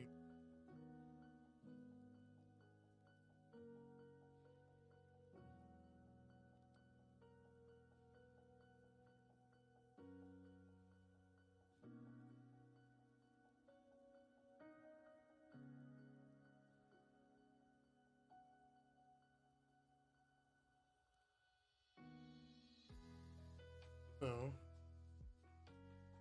now what I need.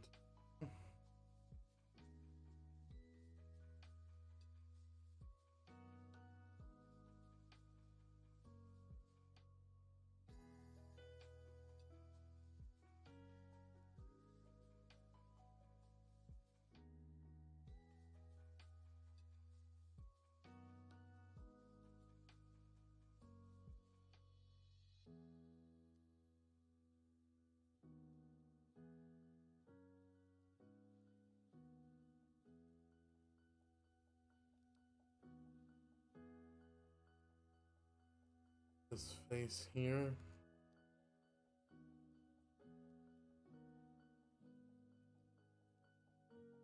Second.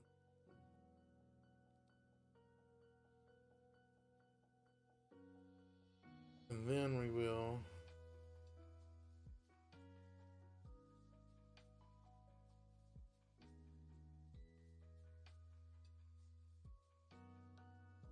Oh no, that's gonna get me in trouble like I did last time. Yeah. This is height that's the issue. So we will.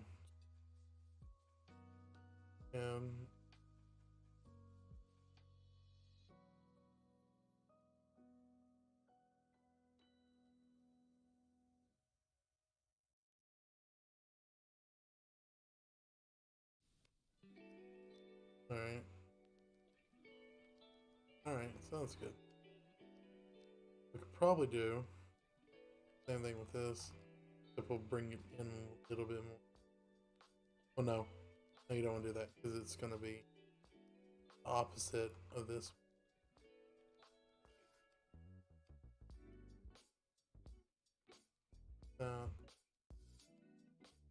Next we will, well, first we go back to object mode.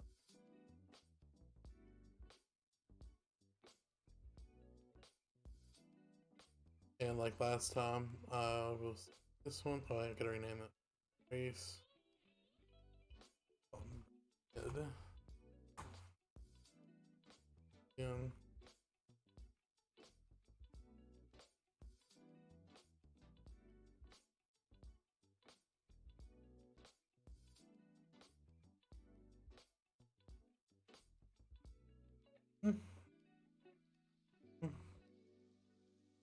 This way.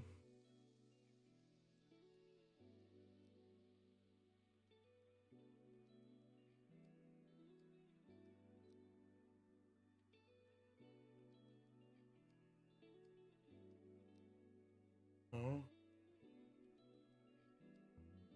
We need to.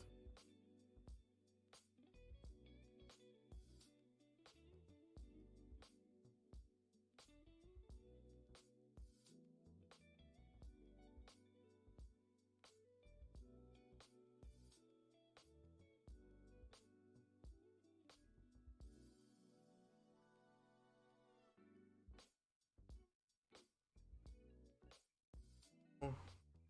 Oh. Go to edit.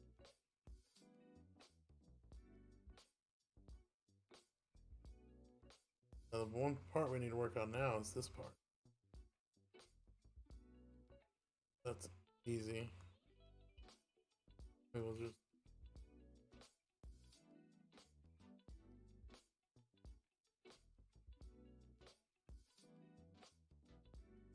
all nice and snug. Snug as a bug in a rug. And then, hey, a bit too snug right there.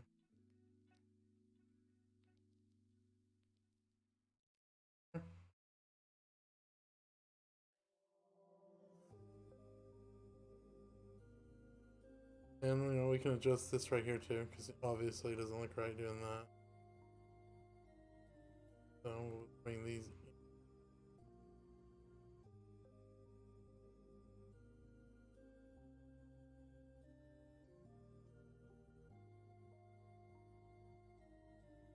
And there we go. We got the brackets done. Oh, not the, I mean the braces. Oh, I gotta rename it. Brace. Bottom. We got that done. Like I said, the these little, I said at the beginning when we was looking at the references, these little things here, these things, these will be part of a texture, so you do not have to model those. It's optional because you can bake it, but with like Substance, Designer, and Painter, you really don't need to anymore because it's just powerful. And heck, even ZBrush allows you just to put something on there, and then you can just bake that from ZBrush. But so we're just gonna model what's necessary, and since this is stylized anyways, you can get away with a lot stylized. So for now we need to do the handle, because right now, I mean, you have the body of the cup, but it still needs a handle.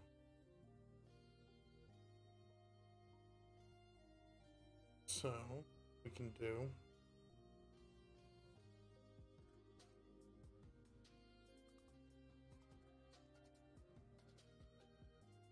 we'll go ahead and their way to mesh.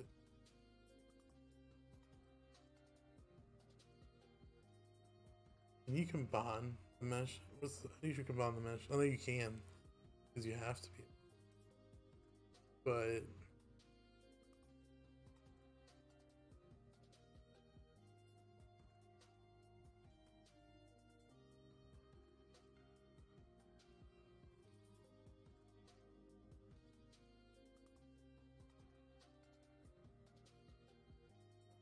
There's always one source.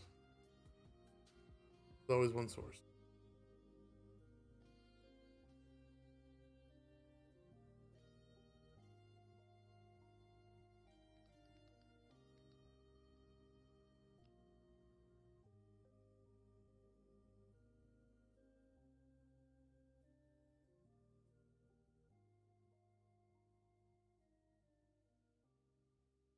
Once everything to be joined is selected, click on the join button in the object menu, or simply press Ctrl J. Really? Is that just it?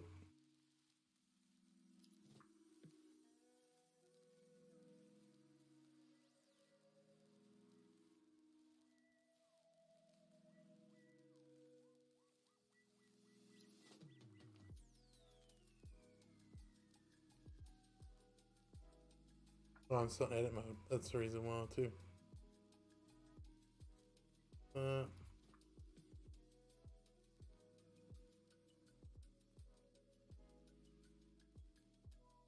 This is how you do it. Select.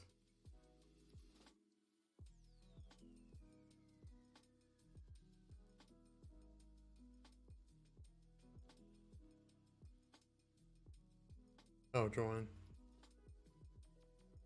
There we go.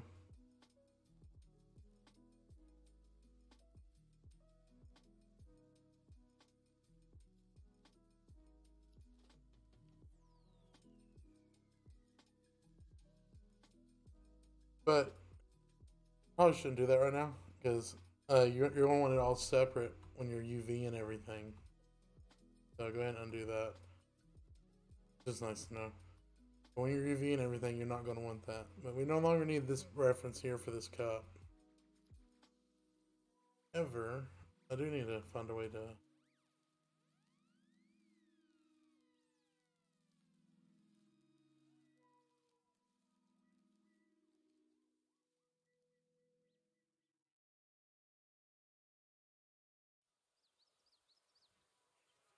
I need to put that down. So go ahead and hide all the.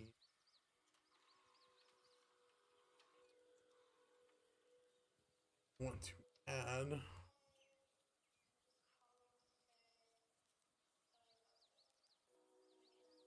Well, I had it. I got the imaging earlier. Where is it at?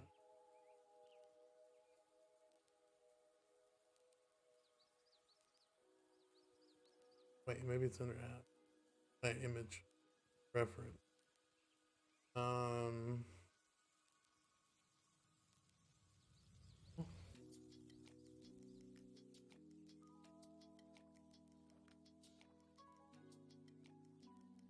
Want this handle. So.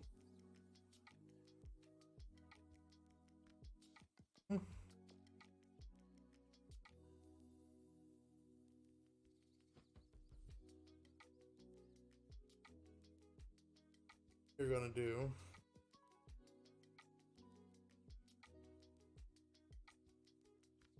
We're gonna add. Be a lot of extruding going on here. So we're gonna add a cube.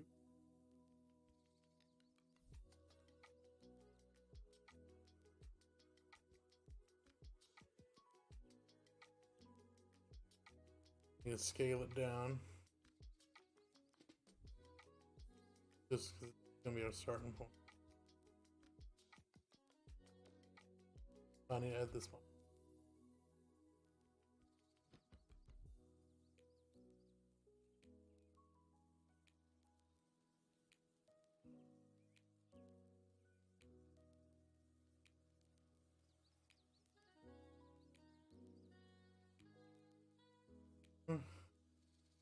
I'm going to edit mode.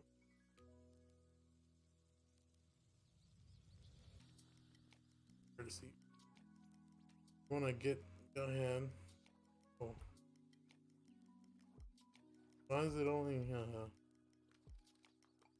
we'll go back. Go ahead Just align the vertices to the edges. About last time where I said only follow one part of the picture, since this is somewhat orthographic and you need the whole handle, just follow the handle with the cube and make adjustments where you need to. So like I'll show you this. Hang on a second.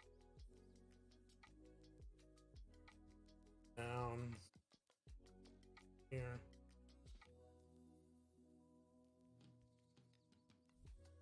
Wonder.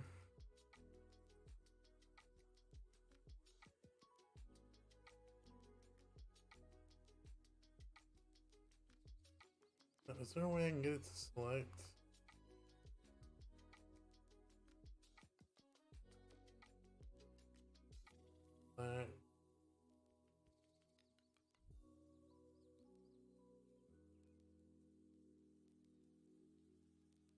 I'll do this. That's not too biggie. It's not too big. So we're gonna do.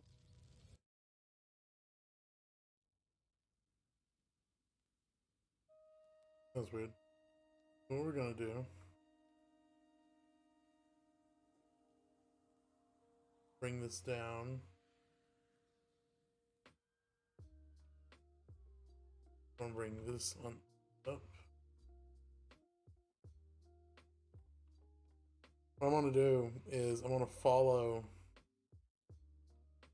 the base thing here, and then I'll come back and add edges and do the fancy little spikes. So let's go ahead and get the basic shape done first, and then we'll worry about the spikes.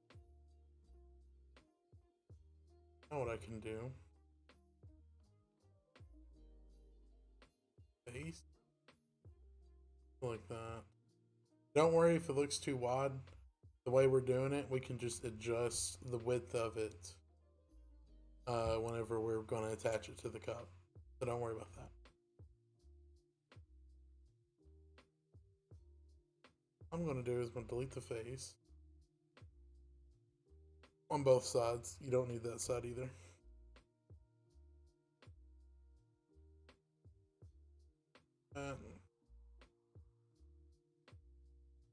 Select.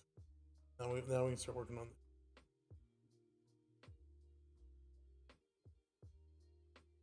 Control E.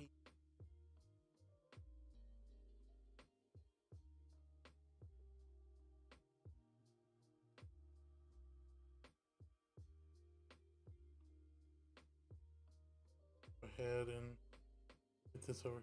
Let's just past this spike, rotate it, move it back a little bit more. Shape, go. 3D modeling is all about shape and silhouette. You just want to match the shape, and if the silhouette looks good, then it's going to look good.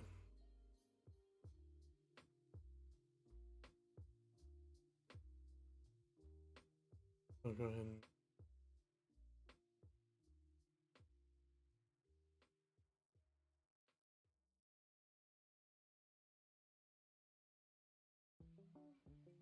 more.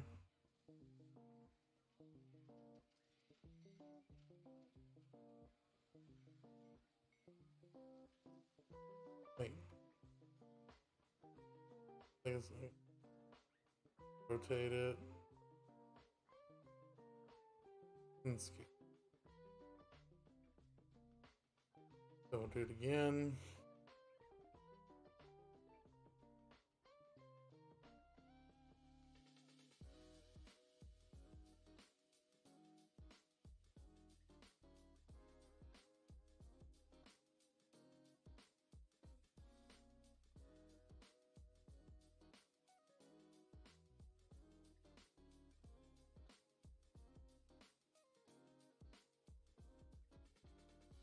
Go ahead. Like we're just getting the base shape, so if it looks a little bit janky, we got to come back and fix it anyway. We just want to go ahead and get the base outline done. Again, it's not called outline. That's just what I call it. We want to get the block out done. That's small block, and that's what it block out.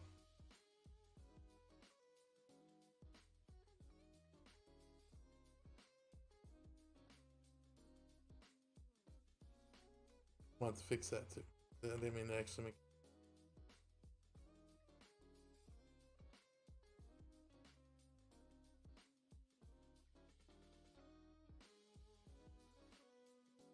Oh, we can continue.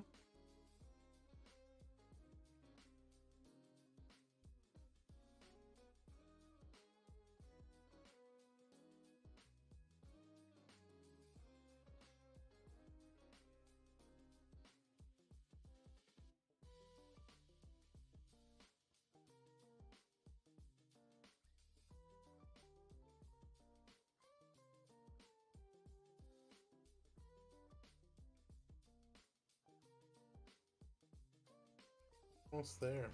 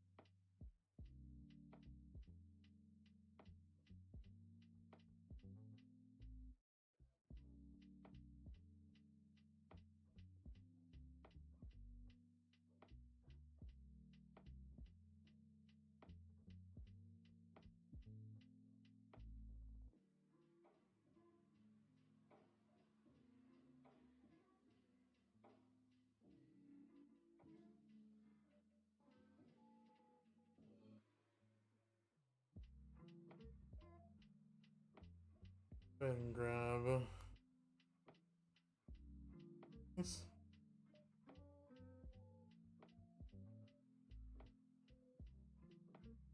Oh, there. Oh, what's going on here? That's not supposed to be like that. That is definitely not supposed to be like that.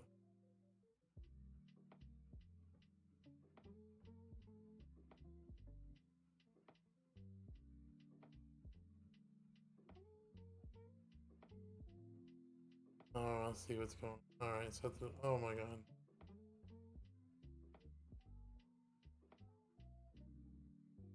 Let's start from here again. Alright. Like I said, don't get too comfortable in one view. Otherwise, you're going to redo things.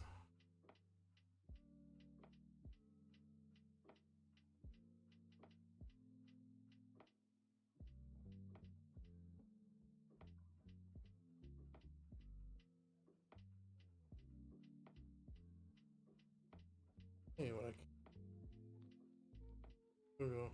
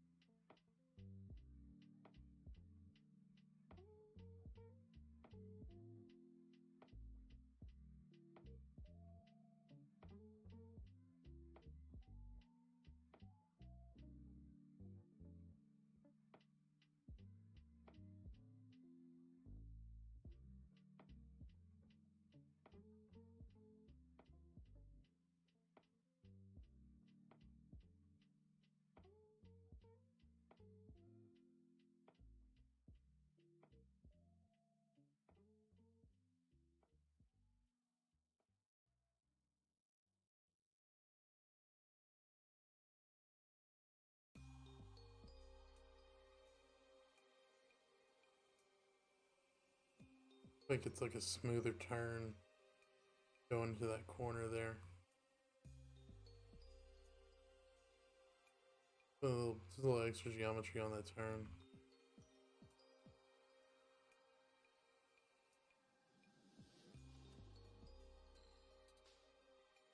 Then we'll bring it down here. So now let's go see before we touch up, let's go back and look how we got things going here. Oh, it's alright. We gotta touch that up too, but still focus on this view here.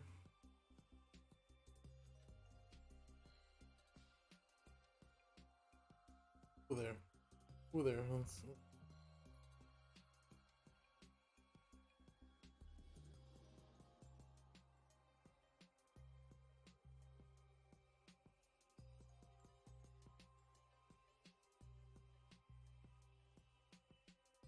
bring you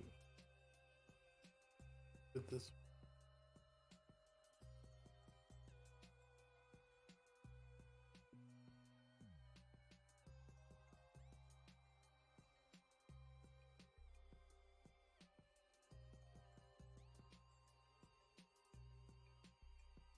Let's bring it in a little bit more, then we'll bring it up. That way it's not so hard on that turn.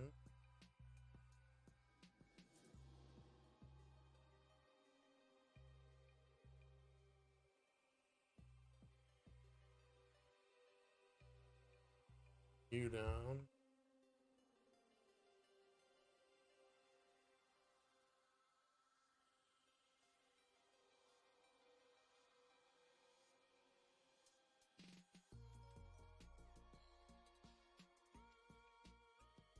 Bring this in a little.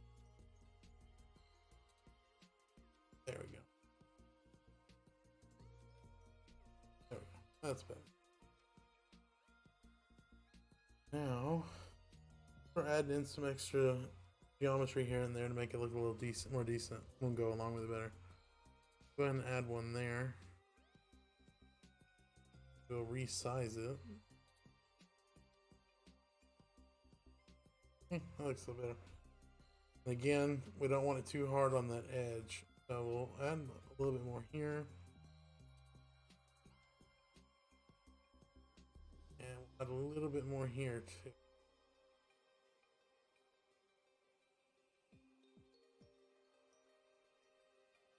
Oops. The main thing we need is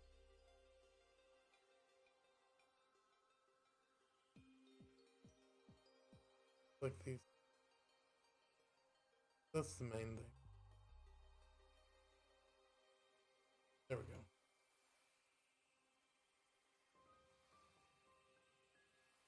And now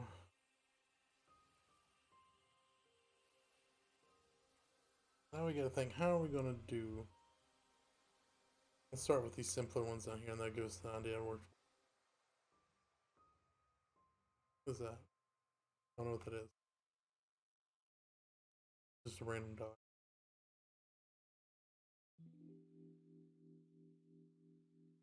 So first, to get this going, we're gonna flip cut that there, but we are going to move it here. Go ahead and cut that. Then we'll need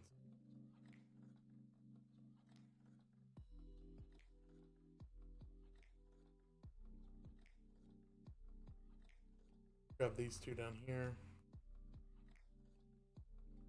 and we're really gonna lift these bad boys. We can scoot it over a little bit too. Lift it up again. Here, we're gonna select this face. Or no, wait. What we're gonna do? I'm gonna put one right here in the middle. Select these vertices.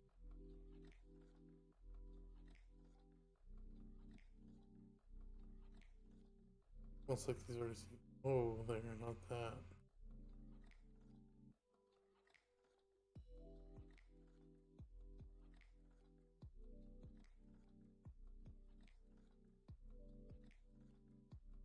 I'll go back.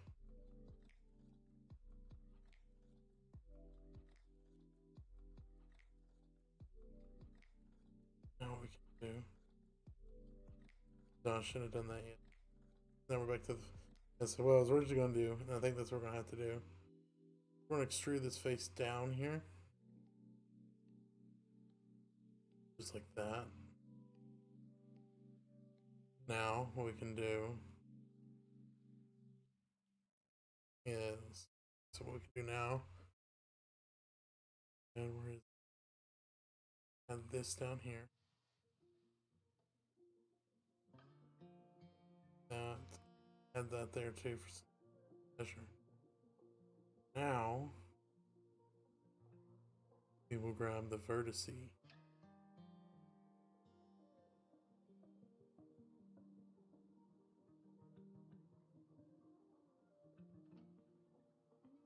Or no, we need to first we'll grab the, because I'm going to have to merge that down. And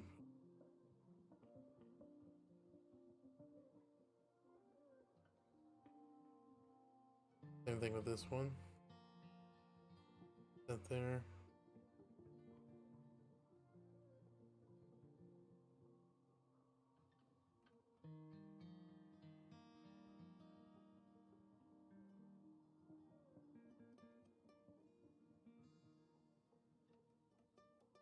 These. Well, no, we probably do need these. Alright, so we will need these. They're useful.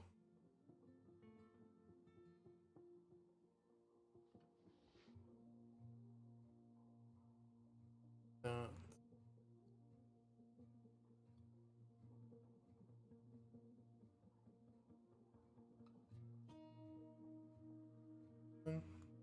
oh.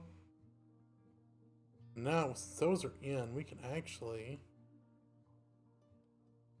move these around and make that edge up here just a little less sharp. That way, it goes more along with the. Now we bring this one. We will bring this one in a little bit more. There we go. Now it's a bit rounder. Do up here. Kind of the same.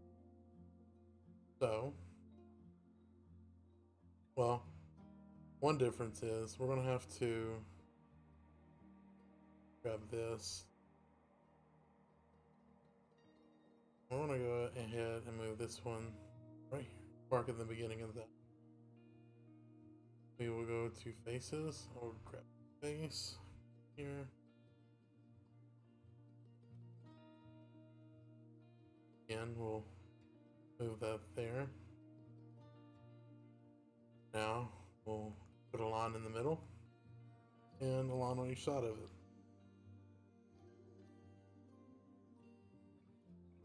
So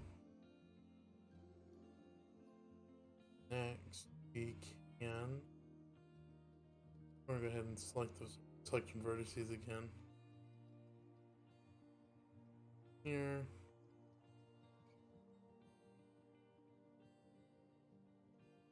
And just bring this down.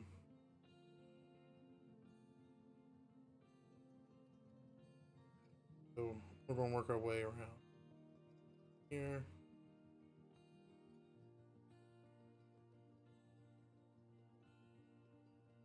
Two.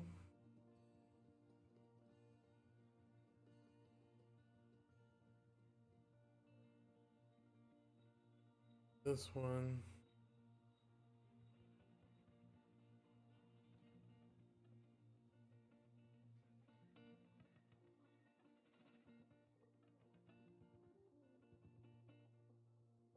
And bring it down.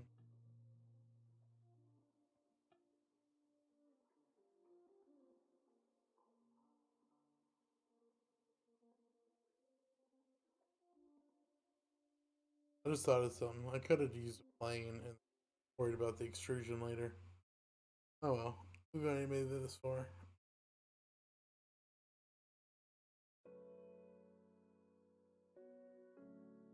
Now,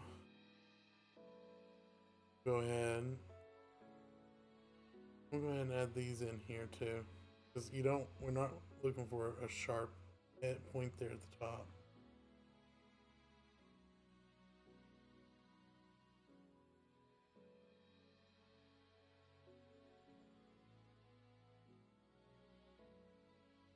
A little bit.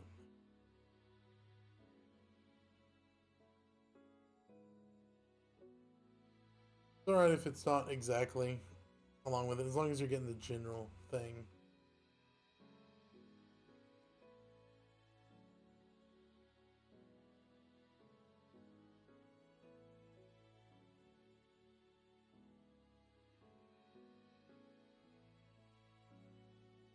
Now let's get the sharper part here, and then we will bring it in.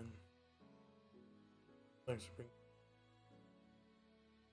So it's not as sharp now.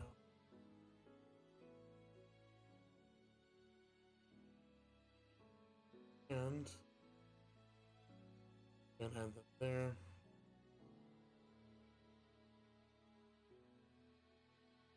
There you go. Same thing here. We'll add another line in. We will move it around.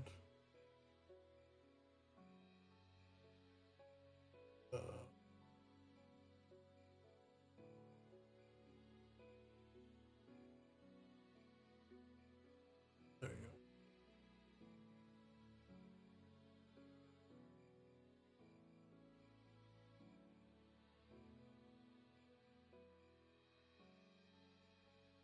But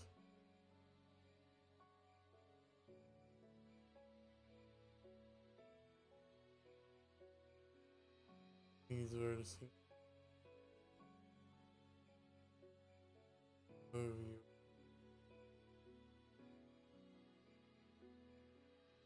Vertices. We will move.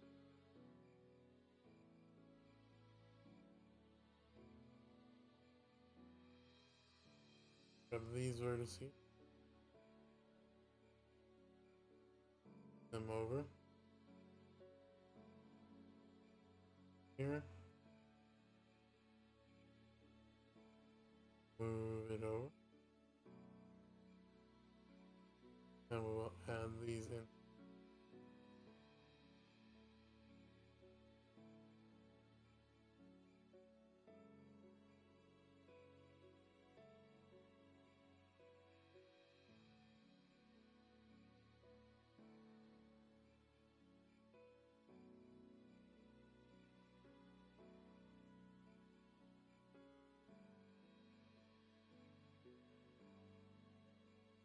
These guys here.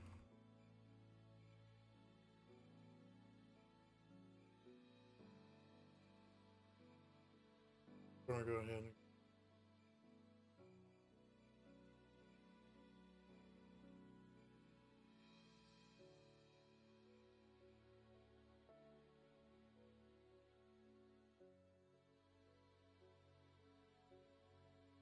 back here. Pull them out. Some more. You really want to hit these turns just right.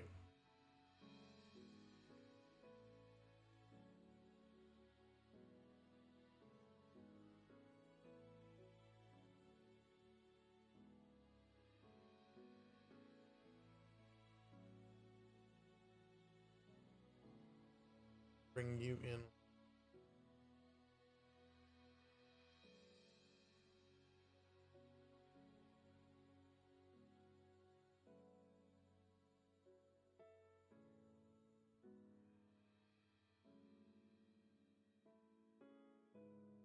There's that.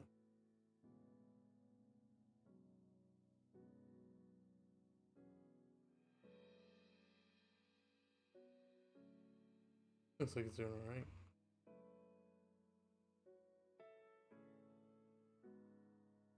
Here. Add in the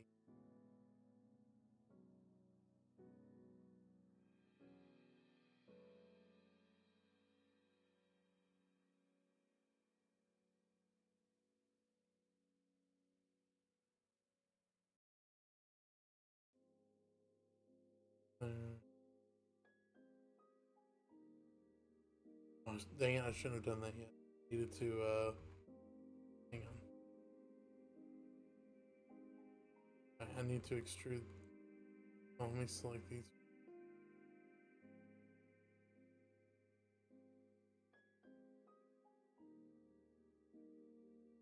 Alright. Look, you and me on the Charles River. God, that scared me. I'm just happy.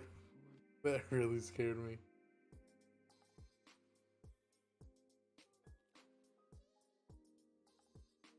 Here I relax and somebody's whispering in my ear.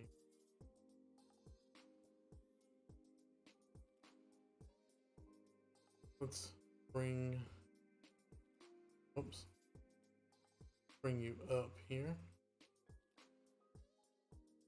This one we could probably do a little bit different than we did. So we can probably do it so we can get that curve there. It's a little bit better. We'll go ahead and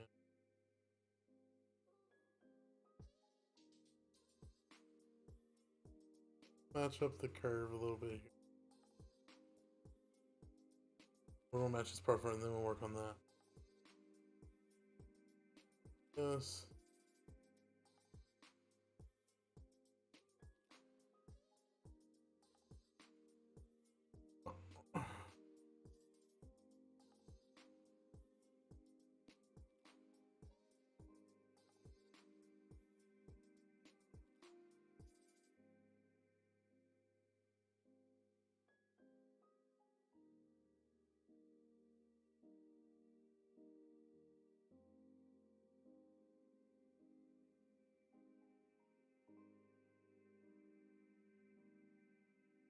So now what we would do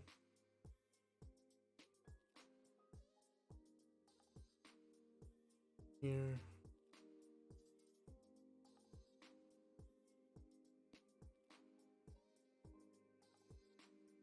a little.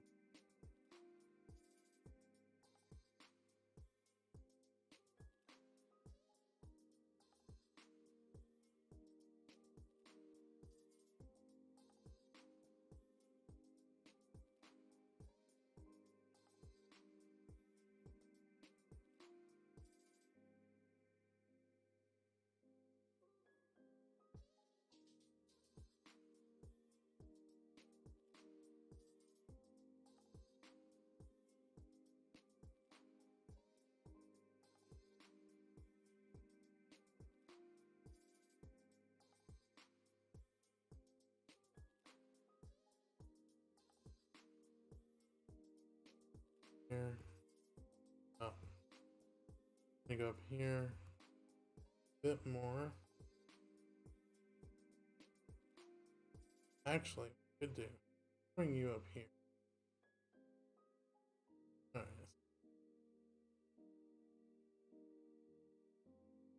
And then this bad boy.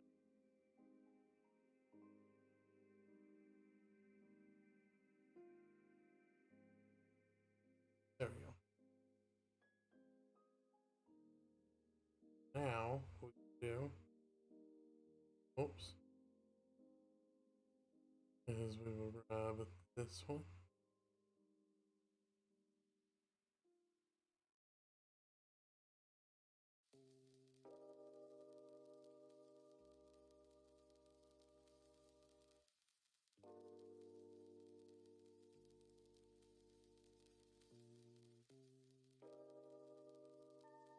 Down. Trying to edge, oops. Trying to get the edges right. Not perfect, just right enough.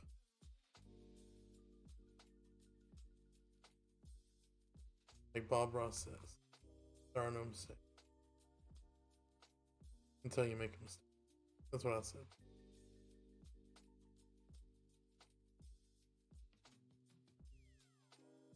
This isn't pain, this is 3D art. You make mistakes. You find out when you make mistakes.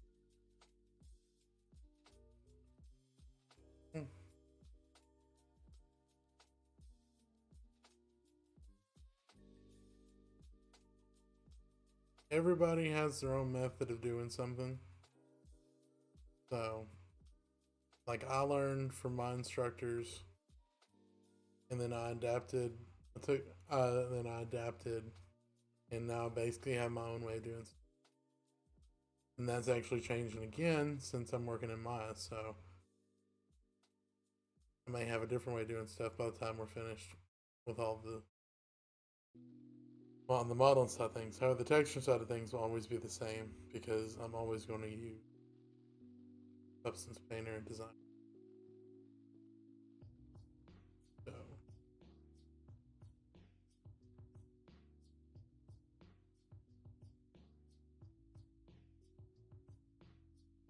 Adobe's prices are a bit more reasonable than Autodesk.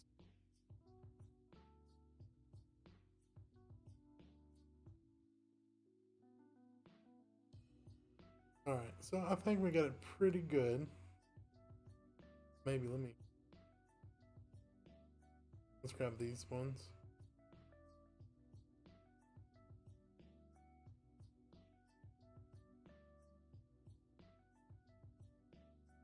They're in. There we go. Now, let's see. Now we got this part done.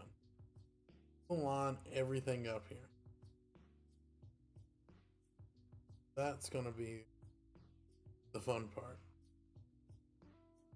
Because normally, ooh, can I do that in that? Alright, so let me go ahead and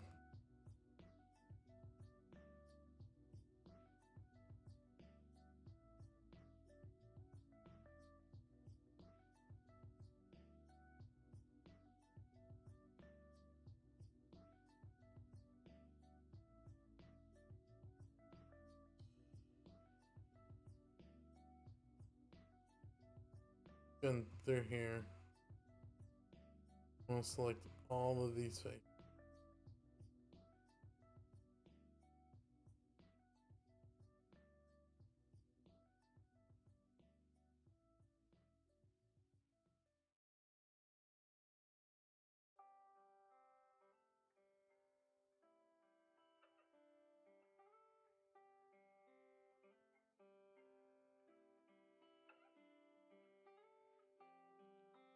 Oops. I cannot do this. Please let me do this. Whoa there, why is it doing that?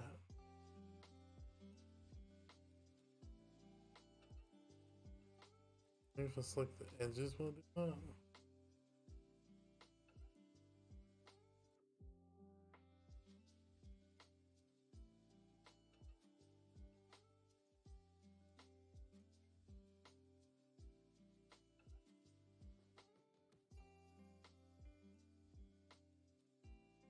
Thanks.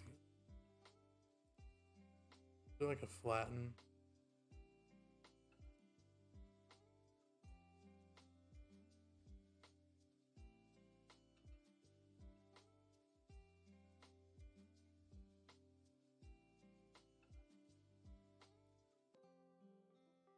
Rotate.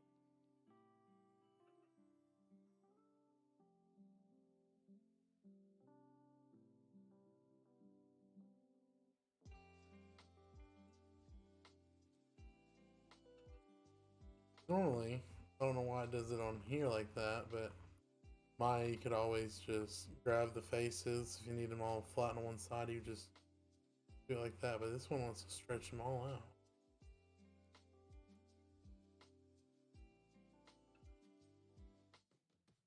I get one to be special. Oh no, gotta be like that.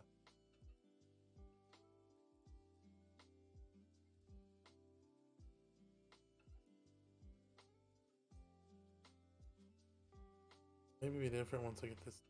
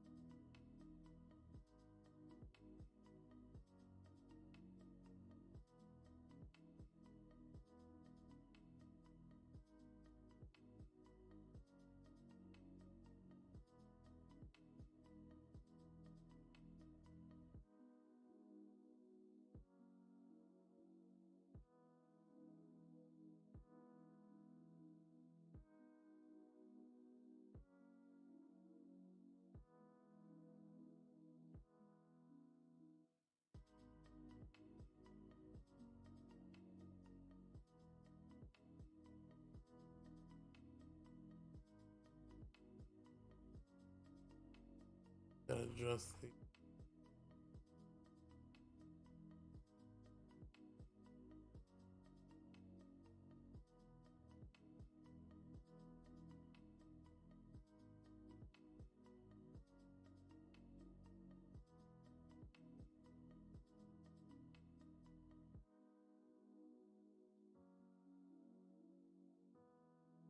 Oh, so I can get it right on the grid. Oh, hang on a second. That's the case.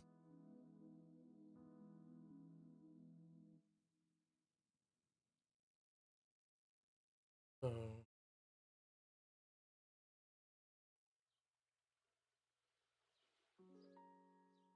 now what did you grab onto? Why did you grab over to here?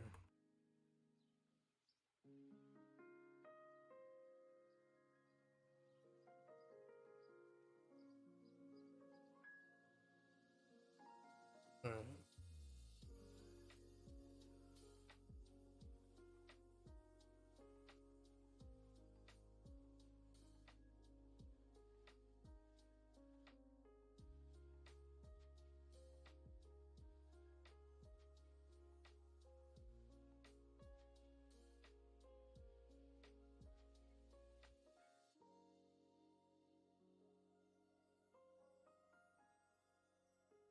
Oh, there. Oh.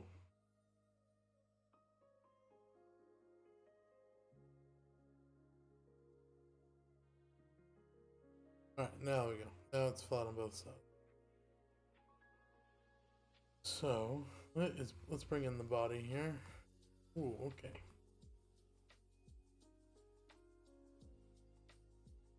Select object.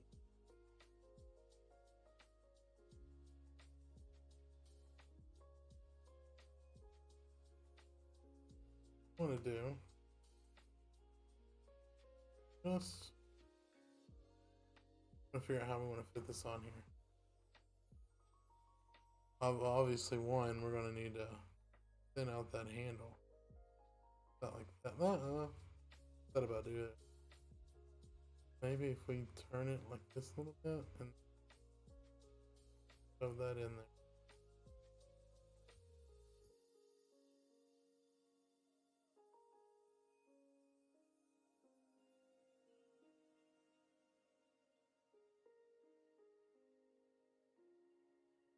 Make it smaller.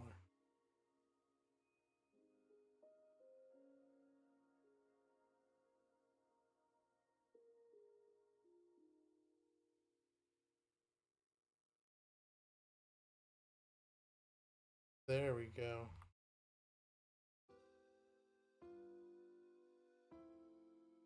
A little teacup. Man's teacup. And it's fantasy. Well, it's anybody's. I'll drink from that teacup.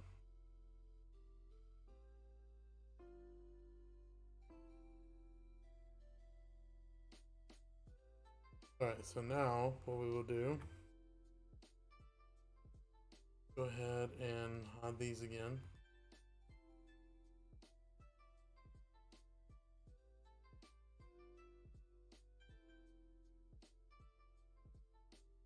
Work on these edges.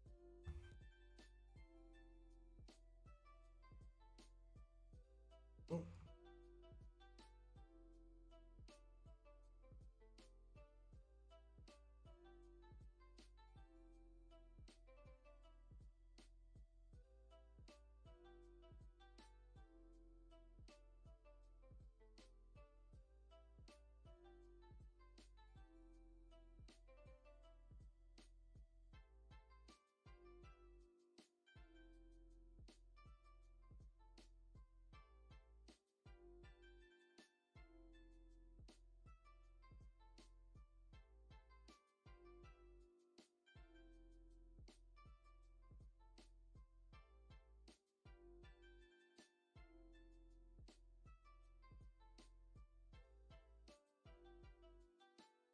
Remember, just select the outer edges, because these are the ones you want to bevel, not the inner.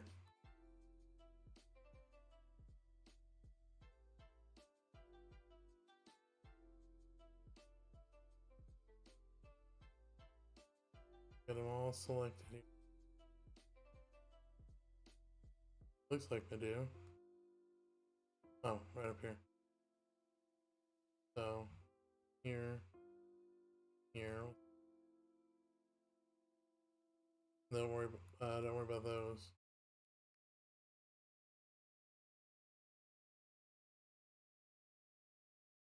Now what we'll do.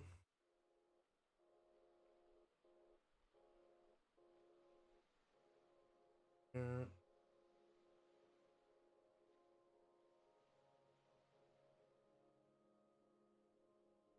There. Just like that. We have beveled edges. And so back to object mode.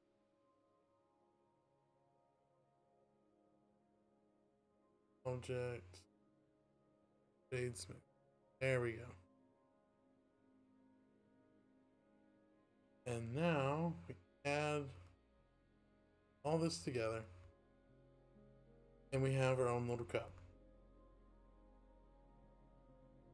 I'm gonna fix the end the stream though, but next time we will do the next time we'll work on unwrapping the UVs and texturing everything.